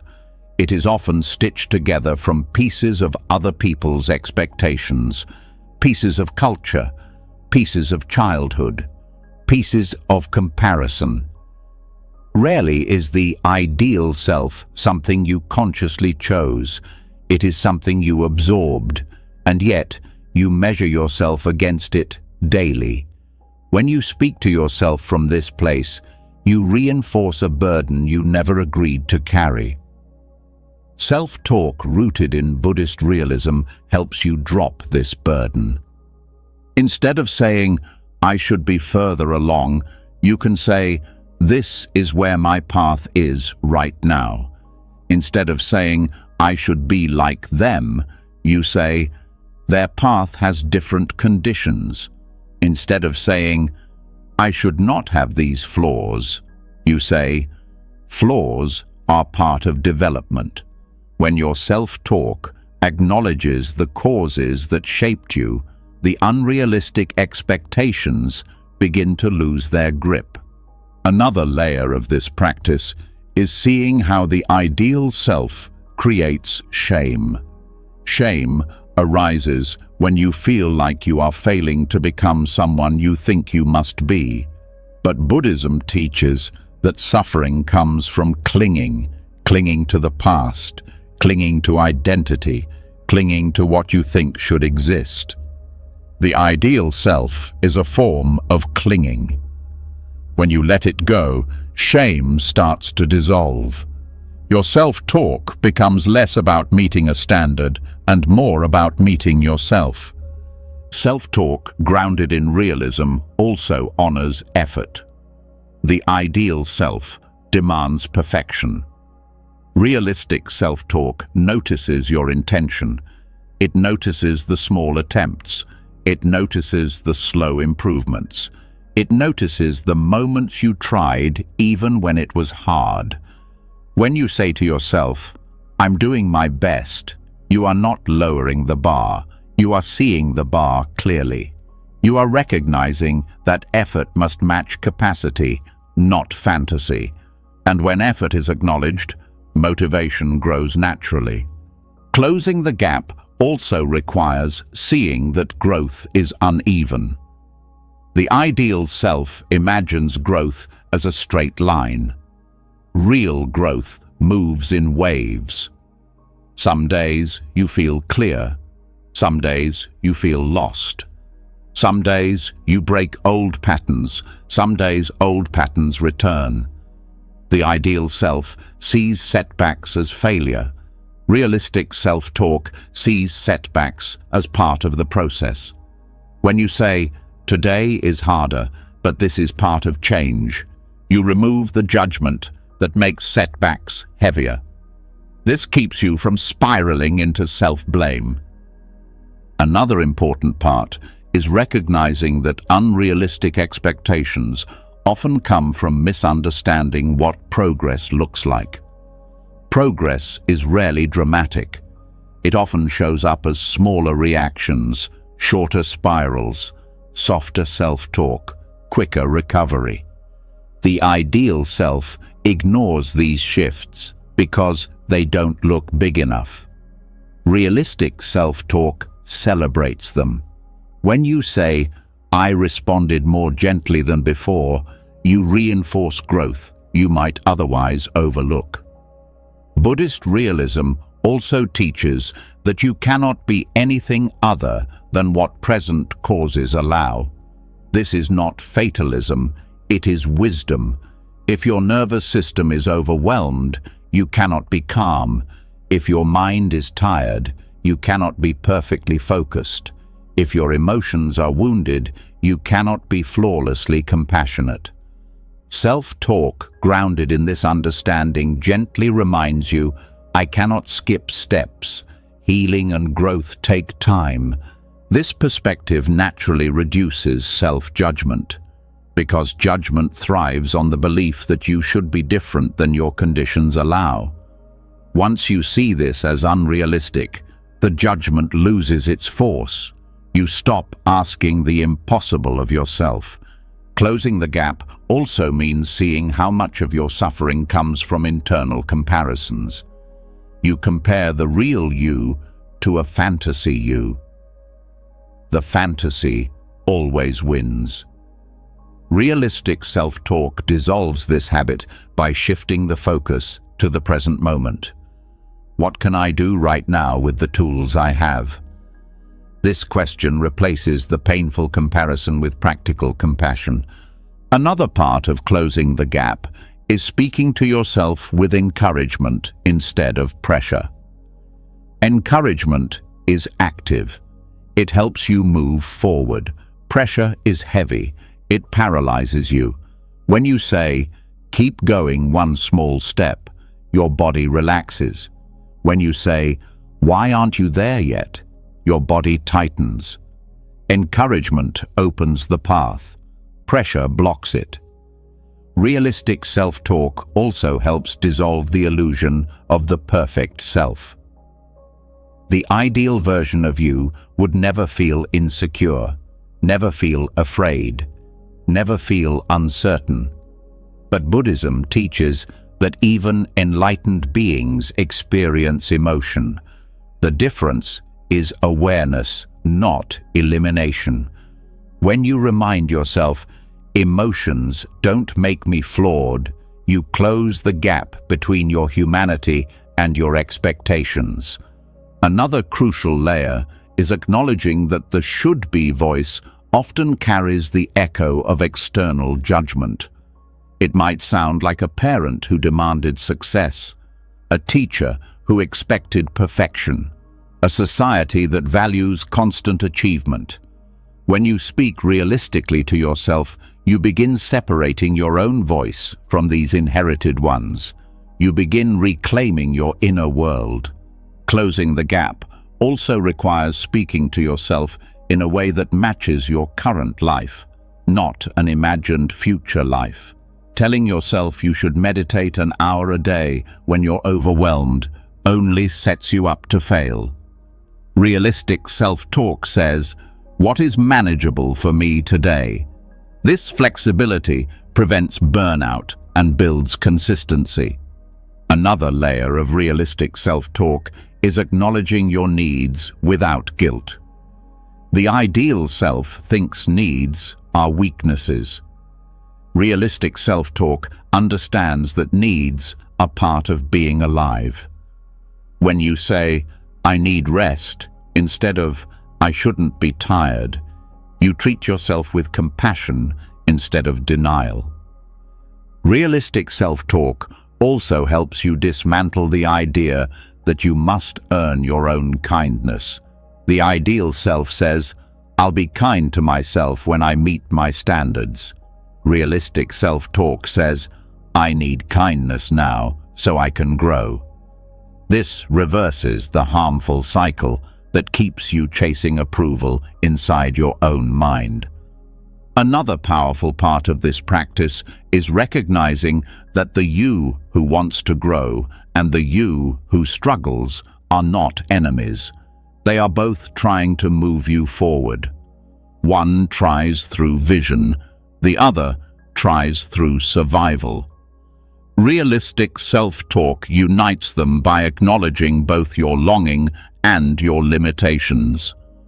This balanced dialogue might sound like, "I want to become that version of myself someday, and right now, I'm growing slowly." Both are true. When both truths are held, the internal conflict quiets. You stop fighting yourself.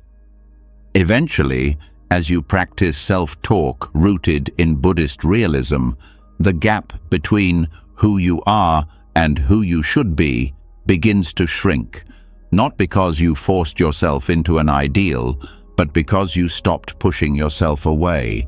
You stopped attacking yourself for not being a fantasy. You started walking with yourself instead of chasing yourself.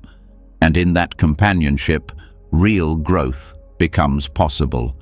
When you begin closing the painful distance between who you are and who you think you should be, a new kind of clarity forms in the background. You start noticing how much pressure you've carried, how much of your suffering came from impossible standards, how much peace grows when you finally allow yourself to be human.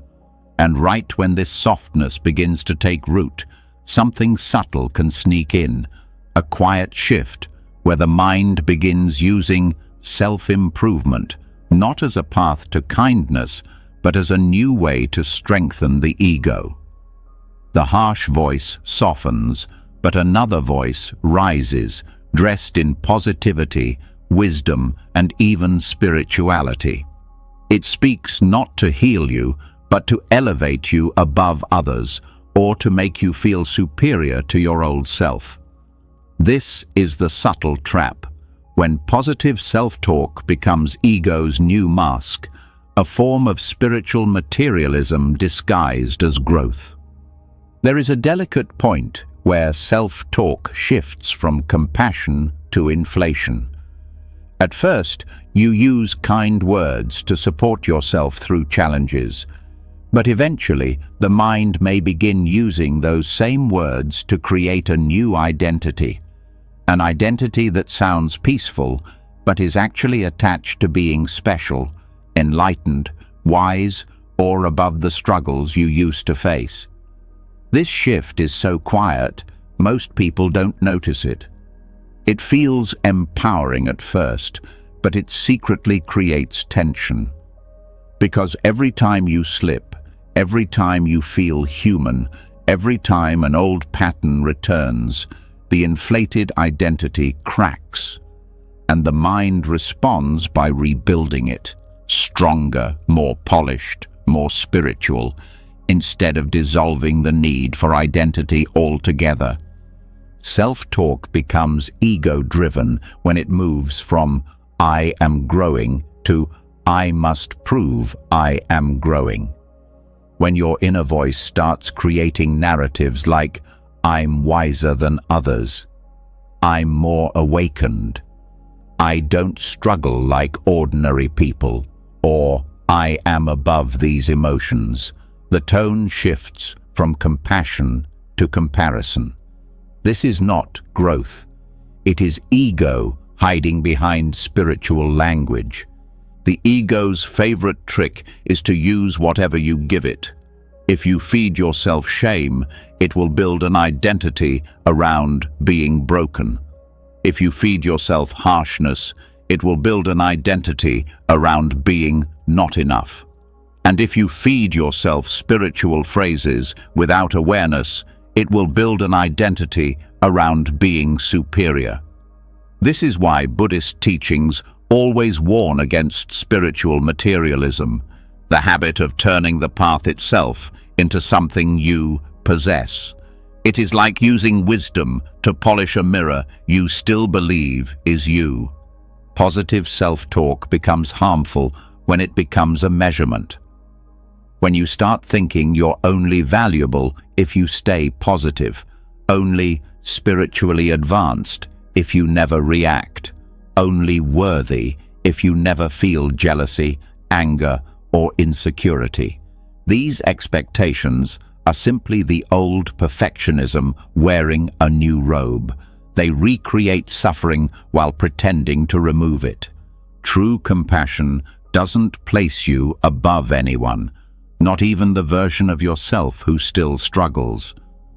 True compassion does not need superiority. It does not need titles like evolved or awakened. It needs honesty. It needs humility. It needs sincerity. When you speak to yourself from compassion, the words feel freeing. When you speak to yourself from ego, the words feel heavy, even if they sound beautiful. One of the clearest signs that positive self-talk has become ego-driven is when you use it to avoid your real feelings. Instead of acknowledging sadness, you jump to, "I'm grateful for everything." Instead of acknowledging fear, you say, "Everything is perfect as it is." Instead of acknowledging anger, you say, "I'm too evolved to be upset."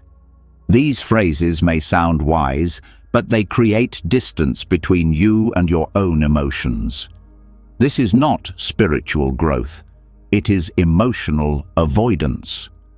Buddhist realism teaches you to see things as they are, not as your ego wants them to be. Another sign is when you begin comparing your growth to others. The ego loves comparison because comparison maintains identity. The moment you think, "I handle things better than them," or "I am more mindful than these people," or "My self-talk is healthier than theirs," the ego inflates. The path becomes a competition instead of a liberation. Compassion collapses into judgment, and the inner peace you built becomes fragile, dependent on staying better than others. This fragility is the biggest danger of ego-driven self-talk. Because the moment life tests you, the identity you built begins to shake. If you use positive self-talk as a performance, every moment of fear feels like failure. Every moment of doubt feels like regression. Every moment of anger feels like you betrayed your own growth. The self becomes divided, the spiritual self who wants to appear calm, and the real self who is still learning, still feeling, still human. This division creates internal conflict far worse than the one you started with. To avoid this trap, self-talk must stay rooted in truth. Truth means you acknowledge your emotions. Truth means you accept your limits. Truth means you admit when you're overwhelmed. Truth means you meet yourself where you are instead of forcing yourself into an image of who you think you should be. Positive self-talk that denies reality is not positivity. It is self-deception. Another subtle trap is using spiritual language to suppress discomfort. Saying things like, "Everything happens for a reason," "I should just let go," "I have to stay detached," when what you actually need is to feel, grieve, or rest. When self-talk tries to bypass the emotional process, it becomes violence disguised as wisdom. The middle way is not about escaping experience. It is about meeting experience without clinging or fear. To prevent positive self-talk from becoming spiritual materialism, you must stay connected to humility. Humility doesn't mean shrinking. It means remembering that you are learning just like everyone else. It means seeing your growth as part of a long path, not a badge of honor. It means knowing you are not above your own humanity. When humility guides your self-talk, every sentence becomes honest. I am growing, and I still struggle. I have learned, and I still make mistakes. I can choose kindness, and sometimes I forget. This honesty protects you from ego inflation because it removes the illusion of perfection. You stop trying to be a flawless version of yourself. You become more available to the truth of the present moment. Another key is practicing grounded positivity. Grounded positivity doesn't deny challenges. It doesn't exaggerate strengths. It doesn't force optimism. It simply offers support. It says things like, "This is hard, and I'm doing my best. I'm hurting, but I'm not alone. I can grow from here without rushing." This positivity strengthens resilience without creating superiority. It is also important to remember that compassion never divides. Ego divides constantly. Ego says, "I am different. I am better. I am beyond this."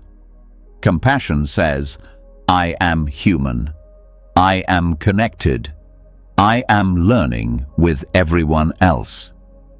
When your self-talk unites you with others instead of separating you, you know it is coming from sincerity, not ego. Another way to avoid the trap is to focus your self-talk on process rather than identity. Identity statements like "I am wise" or "I am awakened" lock you into rigid standards. Process statements like "I am practicing," "I am learning to stay present," "I am working on compassion" keep you flexible, grounded, and open. It is also essential to examine your motivation. Are you speaking kindly to yourself because you want to care for your suffering, or because you want to maintain an image of being calm, spiritual, or enlightened? Compassion aims to reduce suffering. Ego aims to increase status, internal or external. Your body can help you tell the difference. Ego-driven positivity creates tension. It feels tight, pressured, hollow, performative. Compassion-driven positivity feels warm, spacious, steady. It softens the breath. It calms the chest. It feels true. A powerful question to ask yourself is, would I speak this way if no one could see my growth? If the answer is yes, your self-talk is sincere. If the answer is no, the ego may be involved. Finally, The deepest protection against this trap is remembering the purpose of the path itself. The purpose is not to become special, not to become impressive, not to become extraordinary. The purpose is freedom from suffering, from clinging, from fear, from illusion. When your self-talk leads you toward freedom, it is healthy. When it leads you toward identity, it becomes another cage. True compassion doesn't make you bigger or smaller, it makes you real. It makes your inner world honest, soft, and grounded. It lets you grow without creating a self to worship. It lets you evolve without needing to perform your evolution. When you begin to see how easily the ego can hide inside even the softest words, something in you relaxes in a very different way. You stop trying to hold a perfect inner posture. You stop performing kindness. You stop using spiritual language to control yourself. And in that release, something more truthful becomes visible. Your inner world is not a fixed structure. It's not a solid personality. It's not a single voice or identity. It's a moving stream, a shifting, living flow of sensations, moods, memories, impulses, hopes, fears, and quiet intuitions. None of it stays. None of it repeats in the exact same way. And now the practice deepens again, because self-talk that truly heals cannot be rigid. It must move with you. It must adapt to the changing currents of your inner life moment by moment. There is a softness that develops when you stop expecting yourself to be consistent in the ways ego demands. Maybe yesterday you felt confident. Today you feel uncertain. Maybe 1 hour you feel peaceful. The next hour you feel overwhelmed. Maybe a memory rises suddenly and changes your mood. Maybe your body feels different than it did earlier. The mind is a river. The self is not a stone. When you speak to yourself as if you are supposed to stay the same, you suffer. But when you speak to yourself as if you are a stream, shifting naturally, changing with conditions, you begin to feel aligned with the truth of your own nature. Loving self-talk becomes alive when it responds to the present version of you instead of forcing a tone meant for yesterday's version. The version of you who is tired needs different words than the version of you who is energized. The version of you who is grieving needs different words than the version who feels steady. The version of you who feels anxious needs different support than the version who feels strong. When you begin to recognize these fluctuations, your self-talk becomes a companion instead of a judge. One of the most important parts of this practice is noticing the micro shifts inside you. The small waves. Noticing when the breath tightens. Noticing when the heart slows. Noticing when irritation rises. Noticing when sadness softens. Noticing when the mind becomes cloudy. These shifts are signals. The body speaks before the mind does. When you catch these early movements, you can adjust your inner tone gently, without waiting for a storm to form. Sometimes you need encouragement. I know this is hard, but stay with me. Sometimes you need calmness. Slow down, you don't have to rush. Sometimes you need grounding. Let's take one breath together. Sometimes you need permission. It's okay to feel like this. Sometimes you need direction. One small step is enough right now. Sometimes you need softness. You're hurting. I'm here. Sometimes you need clarity. This thought is not the whole truth. The skill is not memorizing the phrases. The skill is sensing which tone fits the current state of your mind. The more awareness you bring to the present moment, the easier this becomes. You begin to sense what the mind needs the way a caring parent senses what a child needs. Not out of obligation, not out of force, but out of attunement. Attunement is the heart of loving self-talk. It is the ability to feel where you are right now and respond with kindness instead of habit. To speak to yourself as a continuously changing stream of consciousness, you must drop the idea that there is a single correct way to talk to yourself. Some days, compassion feels nourishing. Other days, it feels too tender and you need grounding instead. Some days, positivity feels supportive. Other days, it feels dishonest. And what you really need is honesty. This hurts, and it's okay to admit that. Loving self-talk adapts. It doesn't impose. A rigid script of kindness becomes useless if it doesn't meet the reality of your state. If you feel exhausted and your self-talk says, "You're doing great, stay positive," you may feel disconnected.